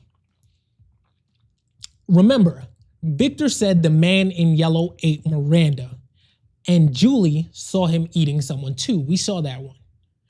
So if fear is part of what the man in yellow wants from people, then it almost works like Pennywise in It, right? The fear makes the meal taste better, right? There's even a real world parallel for this concept. With meat, stress before slaughter can affect the quality and flavor, which is why animals are usually stunned quickly before they're killed, right? It reminds me of the bolt gun that Anton uses in No Country for Old Men. Poof, it's really quick. That's what they use, right? So I know that sounds dark, but that's the image Sophia gave me in that scene, right? She wasn't just watching people panic. She was standing at the top of those steps, looking at the room like it was 5 p.m. on Thanksgiving Day, right? She wasn't just reacting to chaos. She was prepping her meal. Therefore, this is a new kind of nighttime problem. Not that the talismans don't work anymore, but that the dolls make them almost useless. Yes, they now have totems, and the totems can kill the dolls, but clearly, as we saw with the monsters, they have limited uses, and all the rules associated with the totems aren't yet understood, right? And of course, we have no reason to believe that Sophia can't make more dolls. In fact, there are still 2 other dolls roaming around outside, right? The bigger problem is that the totems are limited. There's not nearly as many as, they're not nearly as many totems as there are talismans. And we have yet to see anything that suggests that Tabitha even remembers how to make more totems. I mean, I don't remember how many there are, but in my mind, I'm saying 3, but let's just say there's 5 total. There's not enough totems to protect them from if Sophia goes out and starts bringing more things to life. On top of that, the reason Boyd didn't go out to execute his own failed plan is because his body is in poor shape. And Kenny and Ellis can see it, and they called him out on it, right? So that's why Kenny ended up going out in Boyd's place. And Boyd's body isn't the only thing failing. We're seeing his mind slip as well, right? Boyd looks through the Viewmaster and sees an image of his wedding day, except it's not a real image, it's a vision. Something is still targeting him. Something is still pulling at him through Abby and his past. And he isn't being fully honest about any of it. Therefore, what we're seeing in each episode is Boyd's desperation to give the town hope. And they finally do have something. A possible weapon. They found a door. They're finally starting to share information, coming up with a plan. Finally. Boyd wants that all to mean progress. Matter of fact, he needs it to mean progress. But that desperation is also what made him vulnerable in the post office with Sophia. And it's what may make him dangerous going forward. Because if Boyd is this compromised above ground, I mean, if he can't even do a simple test run himself, right? He's still seeing things and he's not giving people the full picture of his ailments, then Boyd shouldn't be the one leading people into something underground that they still don't even have a complete understanding of yet. The third lesson Victor didn't get to teach Ethan in this episode was about protecting precious objects. But there's actually a fourth lesson, one Victor learned from the boy in white as an adult, and it contradicts Jade's bottle tree plan. The only other thing we know the boy in white told a young Victor was to gather items from the people who died, put them in a suitcase, and bury them. Because Victor couldn't bury the bodies themselves. He was just a little kid. He didn't have the strength. So instead, he buried what they'd left behind as a way to remember them. Now, on the surface, that sounds like mourning, a child's way of holding a funeral for people he couldn't properly put in the ground. But Sophia, never changing clothes, her stealing that unique yellow suit, stealing Ethan's drawings, the pouch full of teeth, and the dolls from previous episodes, these are all preserved precious objects. And what I took from episode 8 is that Victor may inadvertently be teaching Ethan how to maintain this cyclical system. Let me give you the chain of evidence. The first lesson was food. The second was how to survive being alone. That's body, then mind. The third lesson was about objects. And I want you to hold all of this in your head at once because the pattern only became visible to me when I started to see the full picture. See, the man in yellow digs up a suitcase and uses Sophia's dress to become Sophia. I mean, there it is right there in 4K. Victor buried suitcases full of personal items from the dead. The man in yellow, years later, accesses a suitcase and uses a dead woman's clothing to take her identity. Victor was taught to preserve objects from the dead. The man in yellow uses objects from the dead to transform. Same objects, opposite direction. Now look at everything else in episode 8 through that lens. Sophia steals the yellow suit from Boyd's office, and then the man in yellow appears wearing it. The suit does more than merely represent him. It may be how he manifests as himself. Without it, there's no yellow. There's only Sophia. Now, when Sarah confronted Sophia, she claimed she tried to find other clothes but couldn't wear dead people's clothing. My spider senses started tingling immediately because we have all, as a family, been saying, why does this girl wear the same dress every day? Right? This felt in this moment like the ultimate self-report to me, because then Sarah offers to help and Sophia gets visibly uncomfortable. And here's what I think that moment is actually telling us. Sophia may not be able to change clothes and still remain Sophia. The dress she's wearing isn't just part of the disguise. It may be what anchors the form. Remove the dress and whatever Sophia is starts to come apart. But we're not done, because Sophia then goes on to steal Ethan's drawings. Happily, I might add. Those same drawings appear pinned up on the RV when the man in yellow confronts Tabitha, used as atmosphere, as a threat that he has access to Ethan and, frankly, everyone else in the town. But the drawings aren't just decorations in that scene. They're memories made physical. Ethan's fear of losing everyone and being alone made tangible. Then the man in yellow confirms that he has Jim's tooth. We know Sophia took the pastor's tooth, and in the previous episode, Victor found a pouch full of teeth.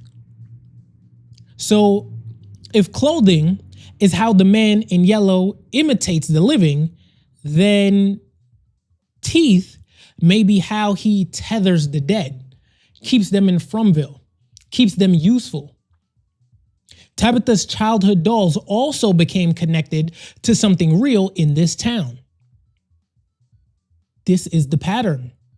Fromville keeps turning memory into physical objects. That's what the third lesson was really about. Victor is teaching Ethan how to survive. But what if the act of creating memory objects is also what keeps the cycle going? What if preserving memory through physical objects is exactly what Fromville needs to reset? Because those objects become the raw material for the next cycle. See, Victor isn't doing anything wrong. He learned what he needed to learn to survive. But the question the show is starting to ask, and that nobody in the family has really put words to yet, is whether surviving Fromville and perpetuating Fromville might be the same action. I mean, there's been the through line since the beginning of this season. Knowledge comes at a cost. We've usually understood that to mean pain. You learn something and it costs you emotionally. You find out the truth and it breaks you.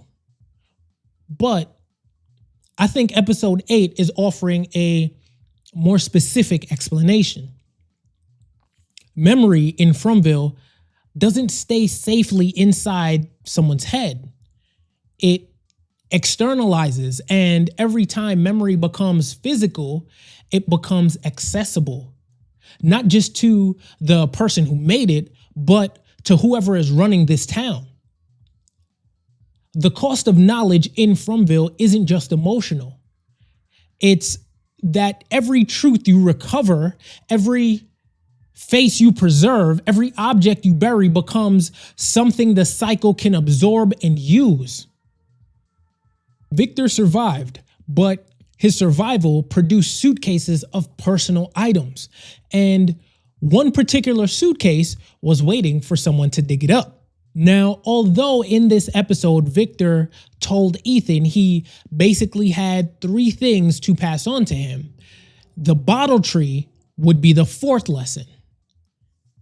Jade wants to pull the tree out by its roots to give him and everyone else who goes in the chamber a second exit out. You may have forgotten, but last season, Victor tried to chop down the bottle tree because he felt guilty. He remembered learning about the tree, then telling his mom Miranda about it, which is where she was trying to get to when she died. So Victor tried to chop the tree down, but the boy in white stopped him and told Victor that the tree was too important to destroy. Now, if you recall, the bottle tree is also a sort of memory. Actually, more like a memory key. Jade was able to connect that the numbers in those bottles had a connection to musical notes. Then he used the song it produced to summon the children and trigger his and Tabitha's memories of their past lives as Miranda and Christopher. Which is why, as a Fromville, whether you realized it or not, the man in yellow's veiled threat to Tabitha in the RV scene sent a slight shiver down your spine. It's partly because we've seen that the tree has some significant importance that Jade either doesn't remember or doesn't care about.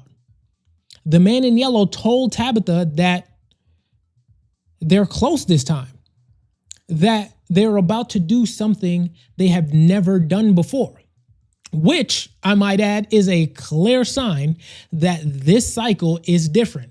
So we can put a stamp on that. That can no longer be speculation amongst the Fromville. This cycle is different. Either they'll free the children or unleash unimaginable suffering. Therefore, Boyd's instinct is correct. We're not ready. They're not ready. I mean, shoot, we're in it with them, so we're not ready, like I said the first time, right? Something is going to go wrong.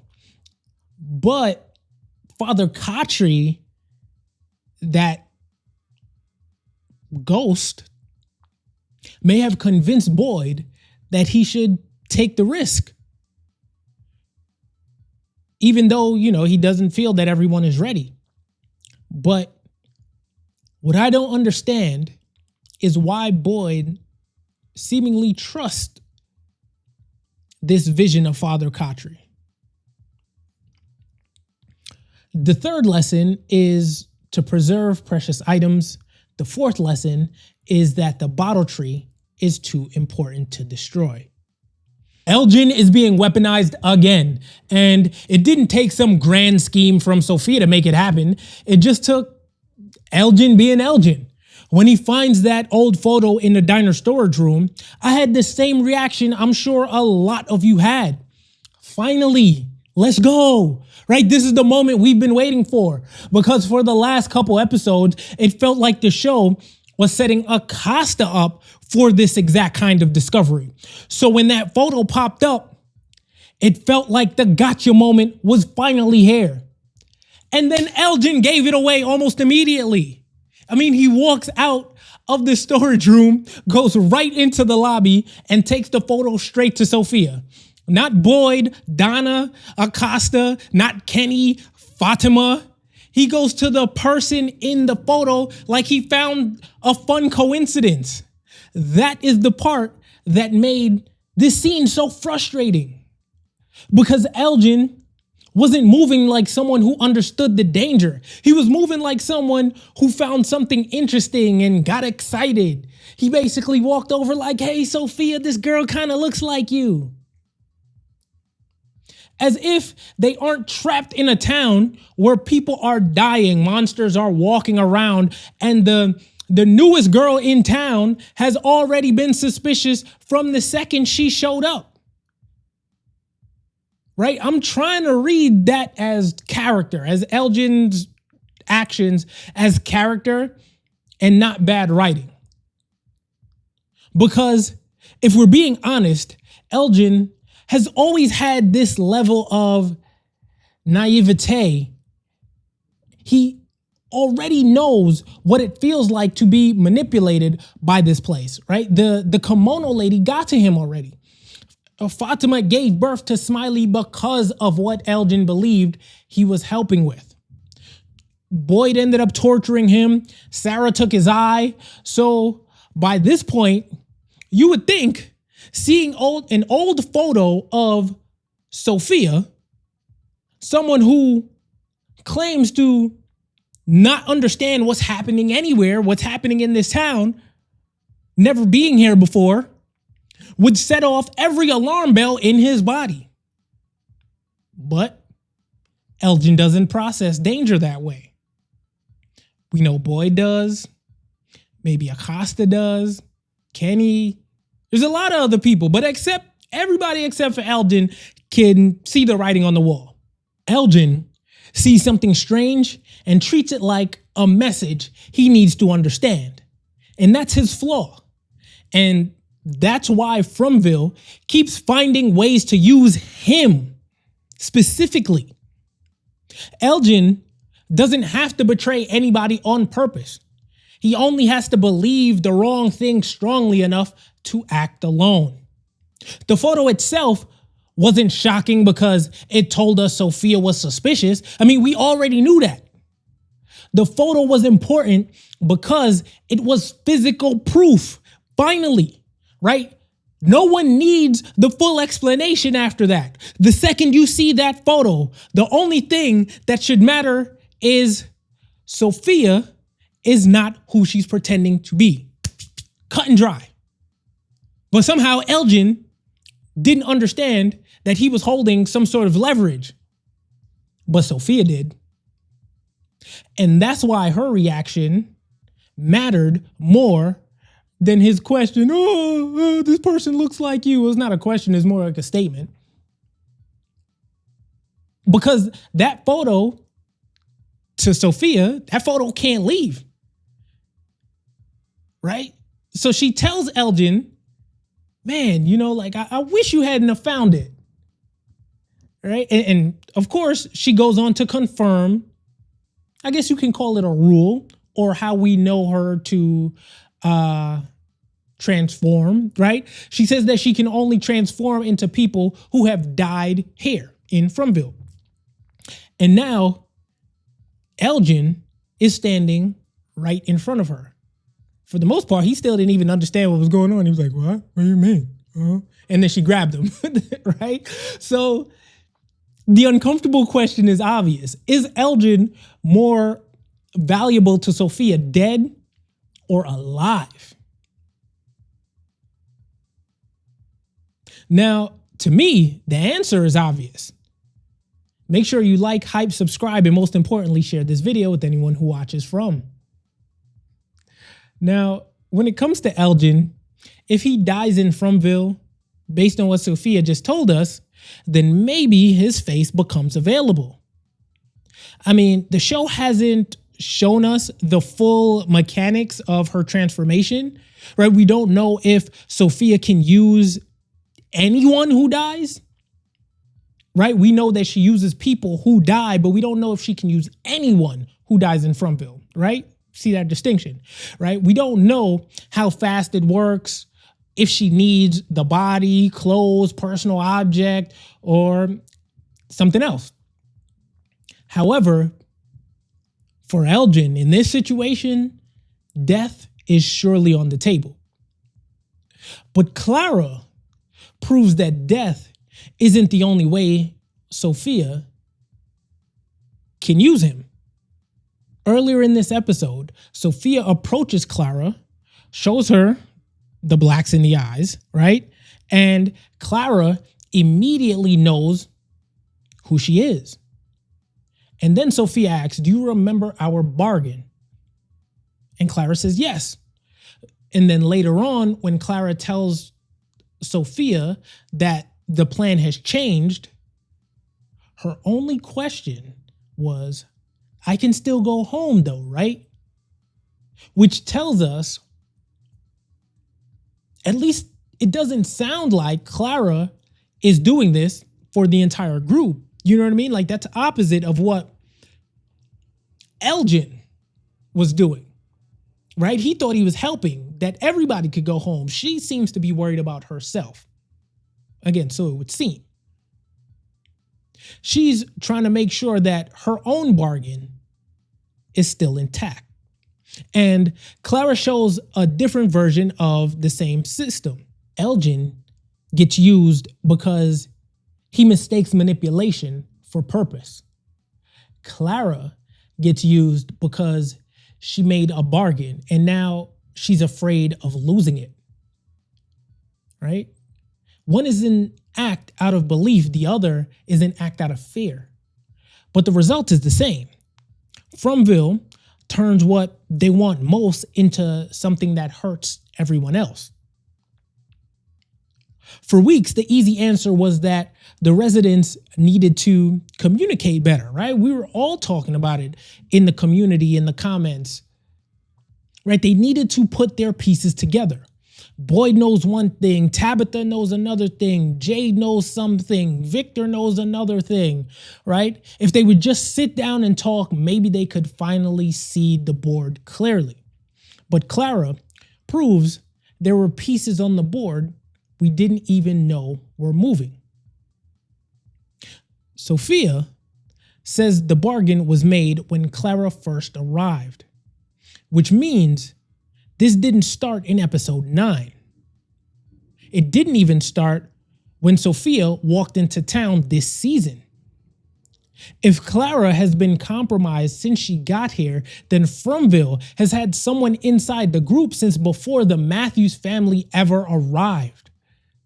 That doesn't mean every suspicious Clara moment that we've discussed was definitely her working against the group, but it does mean those old moments, they look a little bit different now.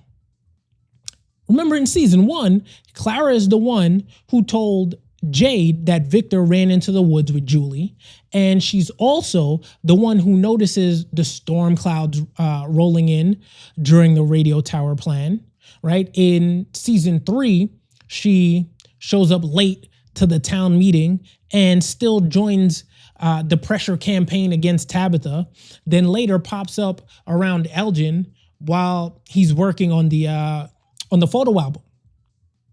See, Clara always felt like a suspicious background character to a lot of people in the community. And episode 9 shows us what that bargain actually costs. Sophia cuts her hand, cuts Clara's hand, and then mixes their blood and tells Clara to let her in. Then Clara puts that blood into a drink and gives it to Fatima, claiming it's some old family recipe. Which is interesting, little deviation, because Henry drank some blood too, but Henry is having a different reaction.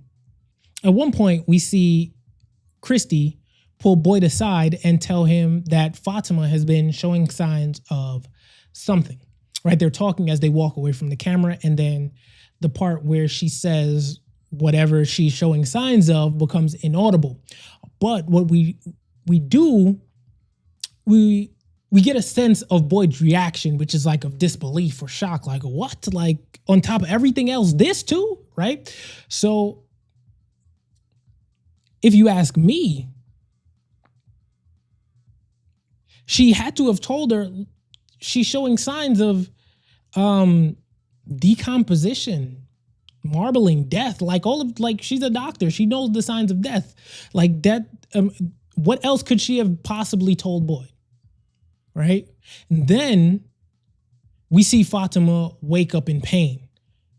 Because I don't recall her being in pain after the Smiley connection. So this is new. Whatever's happening to her is advancing. And then on top of that, we see her hair falling out now. And honestly, after episode 9, I don't know if the Fatima is becoming a monster theory is holding true. I mean, I feel like this is the weakest sign of the Fatima is becoming a monster theory. I think it's a lot closer to what I said before, especially when you consider the hair loss, the marbling, the corpse-like look. that's starting to feel a lot closer to the Ankui children than the monsters. Those kids are bald, their bodies look decayed, and now Fatima seemingly starting to resemble them more and more, especially with her hair falling out. And I didn't expect that. In the last video, I said it wouldn't make sense if she became an Ankui kid. I still don't know if she could or if she is. I don't understand. I'm watching with y'all. I'm trying to make sense of it.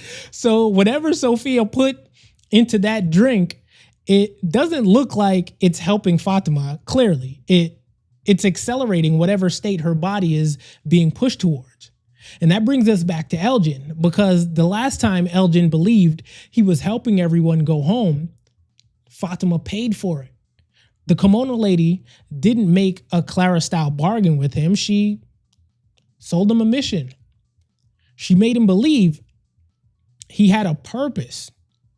And he held on to that purpose so hard that even torture didn't make him give it up. That's the level of naive we're dealing with when we talk about Elgin. And that mission led to Smiley coming back through Fatima. Then Elgin's silence became the pressure point that pushed Boyd into torturing him, with Sarah's help, of course. And Acosta told Boyd, well, it was kind of like, I don't want to say it broke the fourth wall, but it was a bit on the nose when she said, hey, man, like, you're becoming like the monsters outside, right? That was his character shift where he went from like this valiant leader to like this desperate, hollow leader, right? His hands is constantly shaking. You see the desperation. It's just like, we got to figure something out, right? Like the desperation is escalating. So by my count, this is the third time that Elgin has become useful to the wrong side. The first time, his belief helped bring Smiley back. The second time, his silence helped change Boyd. And now with Sophia, his mistake may have handed her the one thing she needed to control before anybody else could use it. If Elgin dies, his face may become another tool for Sophia to use. If he lives, we've already seen with Clara that a living person can still be compromised. And of course, you know, we've seen it with Elgin, his past with the kimono lady, as I said previously. And if neither one happens, I mean, Sophia already won the first move, right? The photo reached her before it reached the town. Sophia lost the bones to Jade and Tabitha, but the bottle tree coming down was the win she wanted the whole time. And that's why when the boy in white tells her that they have the bones, Sophia doesn't panic. She doesn't react like she just lost the most important piece on the board. Her retort is about the tree. He says that they have the bones, and she says, yeah, but the bottle tree is gone. That is the concrete part. That's the proof. Because in that moment, they're talking about the end game. The boy in white is looking at the bones like that was the big move, right? That was the thing Jade and Tabitha had been trying to get, right? That thing, the bones, is what they believed could help free the children. And by freeing the children, they would free everybody from the town. But Sophia's answer tells us there was another side to that trade. Remember what the man in yellow told Tabitha. With the plan they had, they could be setting the children free or unleashing unimaginable suffering. And to me, the finale makes it feel like both things happened. They may have freed the children, or at the very least, they may have taken the steps that they believe will free the children. But in doing so, they also unleashed the unimaginable suffering the man in yellow warned about. That's the trade. At best, for Jade and Tabitha and the residents, it was an even trade. They got the door open, right? They got the thing that might allow them to go home.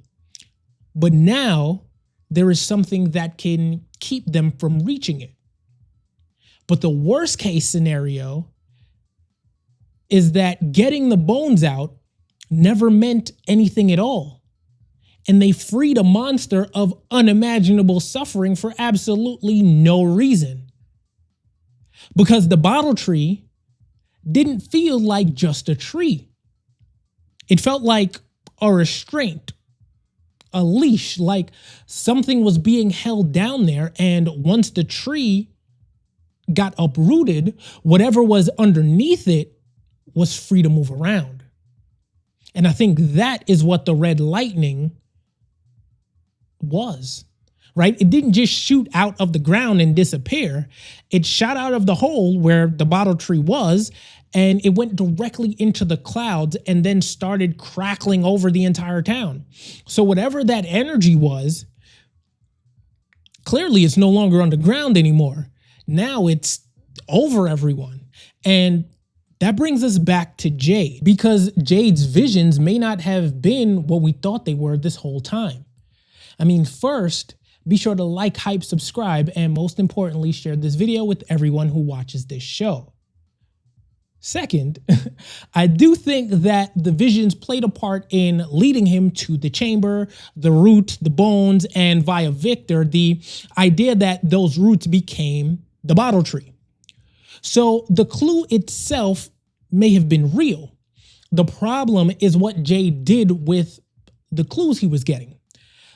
At some point, the roots became a tree turned into, we have to pull down this tree, right? And I feel like that's where the clue became the trap. You know, everything that happens in this town seemingly becomes a trap eventually, because everybody wants to go home, right? If they could go home without freeing the kids, I think they would all do that, right? Freeing the kids is a means to an end. It's not some valiant quest they willingly embarked on, and Jade's desperation to get everyone home may have turned a real clue into the wrong move. And that's why Sophia's response to the boy in white matters so much, right? She had the talismans in her hand when the boy in white flaunted what he believed to be a win. If having the talismans were the important win on Sophia's side, she would have said that. You know, she would have said, well, I have the talismans. But she didn't. Instead, she talked about the tree. See, that is her clearest confirmed win, because she said it herself. But Jade couldn't have done all of this alone. There were too many moving parts, and Boyd is still seen as the leader. When Jade needed a plan Boyd would agree to, Kenny didn't want to go back to Boyd and sell him on a plan where people might die. However, the person that does get Boyd to say yes is Father Khatri, or at least his vision of Father Khatri. See, that vision becomes the bridge that gets Boyd to approve the plan Kenny refused to sell him. And without Boyd, I don't think the others follow Jade into something that dangerous. That is what makes this feel like a setup. And once the tree came down, the show gave us the sign, right? If the bottle tree was the leash, that lightning is what the leash was holding. So after the tree came down, Sophia started clearing the board, because to her, it was near the end, right? That's what she told Elgin was the reason for it being dark outside. The end was near. Elgin's deal is the first part of Sophia's cleanup, right? If he says yes, she gets another person inside the town that she can control. If he says no, then he dies. Either way, that works for her. But Clara hiding the body is what changes the equation, because there's really no reason to hide the body unless it matters to Sophia in some way, right? They could have easily made it look like one of the monsters got him, especially with everything else going on, right? Hiding the body means nobody in town knows that Elgin is dead. And Sophia previously said that she can transform into people who died in the town. So seemingly, she may use Elgin.